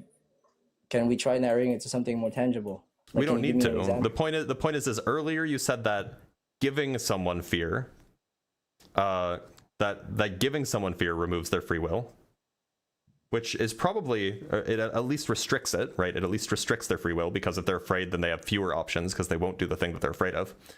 To specify, giving someone absolute fear, like the absolute appearance of God. just like look, so let's say that you have two options, and then I like magically teleport into your head that you're afraid of option B. You have option A and option B, and then I make you afraid of option B. Now you have less free will because you're going to do option A. That's right. That's indeed right. Okay. So if fear contributes to our lack, or contributes to a reduced level of free will, and God is interested in preserving maximal free will, then it stands to reason that God would remove all of our fear, because fear only serves to reduce our free will. Fear is a psychological guardrail to a lot of things, like anxiety, and every single time it reduces our free will. Fear removes our free will. I think no, because without fear, It reduces our free will. guardrails. Then we wouldn't have those guardrails. I think the balance. Yeah, those you realize guardrails are the exactly the kind of thing that remove free will, right? Guardrails Right. prevent you from doing what you would otherwise do. In an absolute sense, no, it needs to be balanced. It needs to be balanced. Okay, Just so there's like a how balance of how much free will God wants to give us. He doesn't want to give us too much free will, so why couldn't he just reveal himself to us? Because the absence of fear, I think it also gives like free will in a very negative sense, where Okay, so then why couldn't God just reveal himself to us? because that again increases the fear, which decreases our free will. Again, to restate. Wait a minute. So wait a minute. So giving us fear is bad. Taking away our fear is bad. Yeah, and then So- we need to balance it, because also to prove that, also to say that if God removed our fears, like it increases our free will, but then it also like removes one of the main things that other people believes in him, and I think that's part of the world that that is a Wait, fundamental so thing. God can't. So you're telling me that God doesn't want us to have more freedom? God doesn't want us to lose our minds by not having fear. I think that we actually lose our minds because of fear more frequently than we do because of the lack of fear. If we're very afraid, if we're not very afraid. I don't think then we anybody's can lost stop. their mind because they're not afraid enough. Everybody has entered like very stupid decisions because they're not afraid enough. Yeah, I that doesn't mean that's that what they're I going to lose their tried. mind. Well, yeah, in a way that it's still negative. It's still negative. That's To what I not meant have fear, by- it's negative to not have fear. So if it's negative to not have fear, wouldn't God want us to have more fear? again, it's balanced. It should be balanced. That we Okay. can't dictate. And yeah, it should be balanced. I think that's the best way. What about the because, people who are again, born without fear? people who are born without fear is again another interesting part of life that, Mm-hmm. in a way, is another interesting part of life that adds color to it. That's why the life is a spectrum with multiple colors. And So why without- doesn't God give the people who are born without fear? Why doesn't he show up to them to give them more fear so that it's balanced? I think that's directly intervening with the world, because on the Bible, I mean, on Yeah, the but Bible, doesn't but also he in the real wants life. the world to be perfect, right? And so, like, you know, in order for the world to be perfect, he would have to have everybody be in perfect balance with the amount of fear that they have. Yes, but he also doesn't want to dictate on someone's life almost immediately, and I think that's Except that's all the very times that beautiful. he does. Back then, Presumably, you think he that used to prayer do that. works, right? Yeah, prayer works. Okay, isn't that direct intervention? Direct governance, like directly intervening in miracles, I think it's very, very different, and it doesn't exist in small prayers that we do every day. No, I don't think there's But he miracles does every directly day. intervene. Directly intervening through miracles and to Yeah, very that's rare a- instances where there's no. Would you there's say it no- was a miracle when Moses saw the burning bush? Well, that was back then. Back then, with Yeah, but less it was a problem. miracle, right? It was a miracle, right? Yeah, it was a miracle. Yeah, it was a So miracle. like Indeed. Jesus just appearing to somebody would be a miracle. Uh-huh. So he could do that. Yeah. Why he could doesn't do he? that. If he did that now, then there will be digital devices that will literally film his existence and then Okay.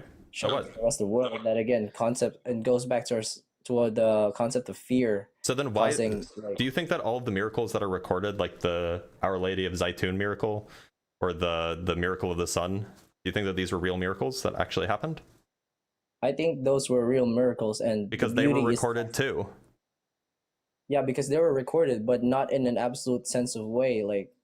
Like Jesus appears once, there's like 20 other people that records him, and that directly affects the nature of like. He could just appear in like in somebody's, like when somebody's bedroom, for example, and then just give them fear.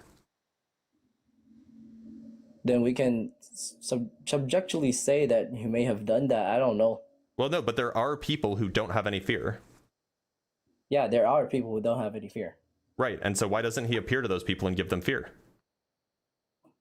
Because that's direct like interaction with people. Yeah, and That's what he people does are direct doing. interaction with people historically. If you believe Christianity is true, this is the thing that he does. Yeah, historically, but ever So since why the doesn't he New do it Testament- now? No, He he can't- did he doesn't it do it like now. according to Christianity, he did it like 100 years ago. There are Yeah. like documented miracles by like the church from like 100 years ago. Oh, those were not. I think those were not the direct. I mean, in a way, that's Yeah. from. Yeah, he they were. uses- They mean there were like it broke the natural law, but then. So he then there's did no not- issue with miracles happening with direct intervention. Direct intervention, like his arrival, absolute arrival. Yeah, I think there's no issue. Yeah. Okay, so then why couldn't he just do it and give people some fear who don't have fear? Because that's again intervention, like. Yes, he does intervention. We've agreed that he does intervention. Yeah. He does But then that. So again, why no, can't he do it? Yeah, it breaks the dynamic. That's the point. It breaks the dynamic. What dynamic? It just sounds arbitrary. Yeah, indeed, the religion is arbitrary because. it's Okay, so really there's no dependent- reason for it? dependent on perspective. It's Okay, really so there's no dependent on reason for it. Got it. There is a reason for it because Not if it's arbitrary. It might exist, it might not exist. It might exist, it might not exist. Like it's absolutely there's no way to objectively prove it, but there is a way to persuade people into it. And that's Apparently like my role. by not answering questions or by eventually terminating in it's arbitrary. That's my role, to convince, to persuade you, and then to admit, and then to humbly admit, of course, that it's true that we can't objectively prove it. So, Do you think that you're I'll doing a ask good job question of before I persuading? depart. Yeah, I'm about to ask you that. So, Okay. like, let's assess before I depart. So, what have we discussed in a non-biased sense? We've discussed the lack of explanation for dinosaur cancer, and we've discussed the lack of explanation for I don't even know how we got to the Adam and Eve. the fear thing. Yeah, the fear. Oh yeah, we discussed the lack of explanation for why God intervenes or doesn't intervene when God chooses to do so. All right, I'll share my my thoughts on those discussions. I think we've discussed proposition that I had. It's like how world operates on the natural dynamic, and that perfection does not absolutely mean perfection, and that religion has multiple analogies that in ways try to persuade people, and then you're not persuaded, and that's fine. And I think that concludes our discussion right now. So thank you for your time. All right, take care. I didn't mean to be mean to him, but like when people say, well, you know, giving information, people who think that knowing more takes away free will, first of all, I don't even think that free will exists, but if you assume free will exists, if you think that knowing more takes away free will, that's the dumbest thing that you can say. Like, it's obviously true that if you know more, you have more options, right?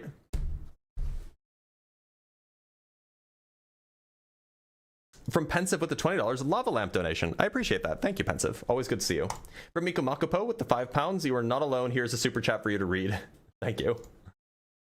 From the Rabbit Squirrel Sage with the $2. It's the course tuning argument. That's exactly what we were doing, right? We were doing the course tuning.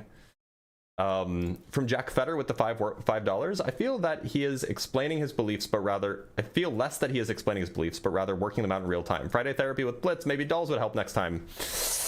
Yeah, well, he did seem kind of young. I should have asked his age. From Jack Fetter with the $5. Oh man, I didn't even see his avatar until now. Not surprisingly, it's a lot more logical now coming from a cat. I have to inform you that I am not a cat. Despite appearances. Real G's will get it. Let me just double check for something really quick. Cash apps and the like. So we have, wow, enormous from Shay with the, this was like an hour ago, so thank you so much, Shay, an hour and a half ago even. Shay sent a $100 cash app. Let's get 100 W's for Shay in the chat for funding the quest to excavate god bones.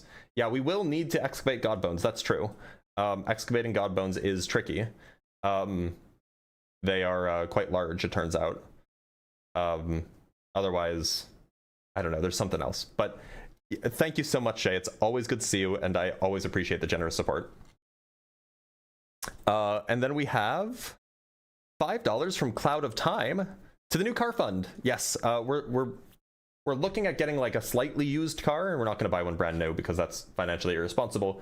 And then we're thinking about an electric vehicle, maybe, if we can find one that my wife likes. But yeah, we do need a car because the car that we're currently driving has terrible mileage. It has very expensive maintenance. So hence why we need to get a different car. Yeah, we were thinking about the EV6, but they're kind of pricey.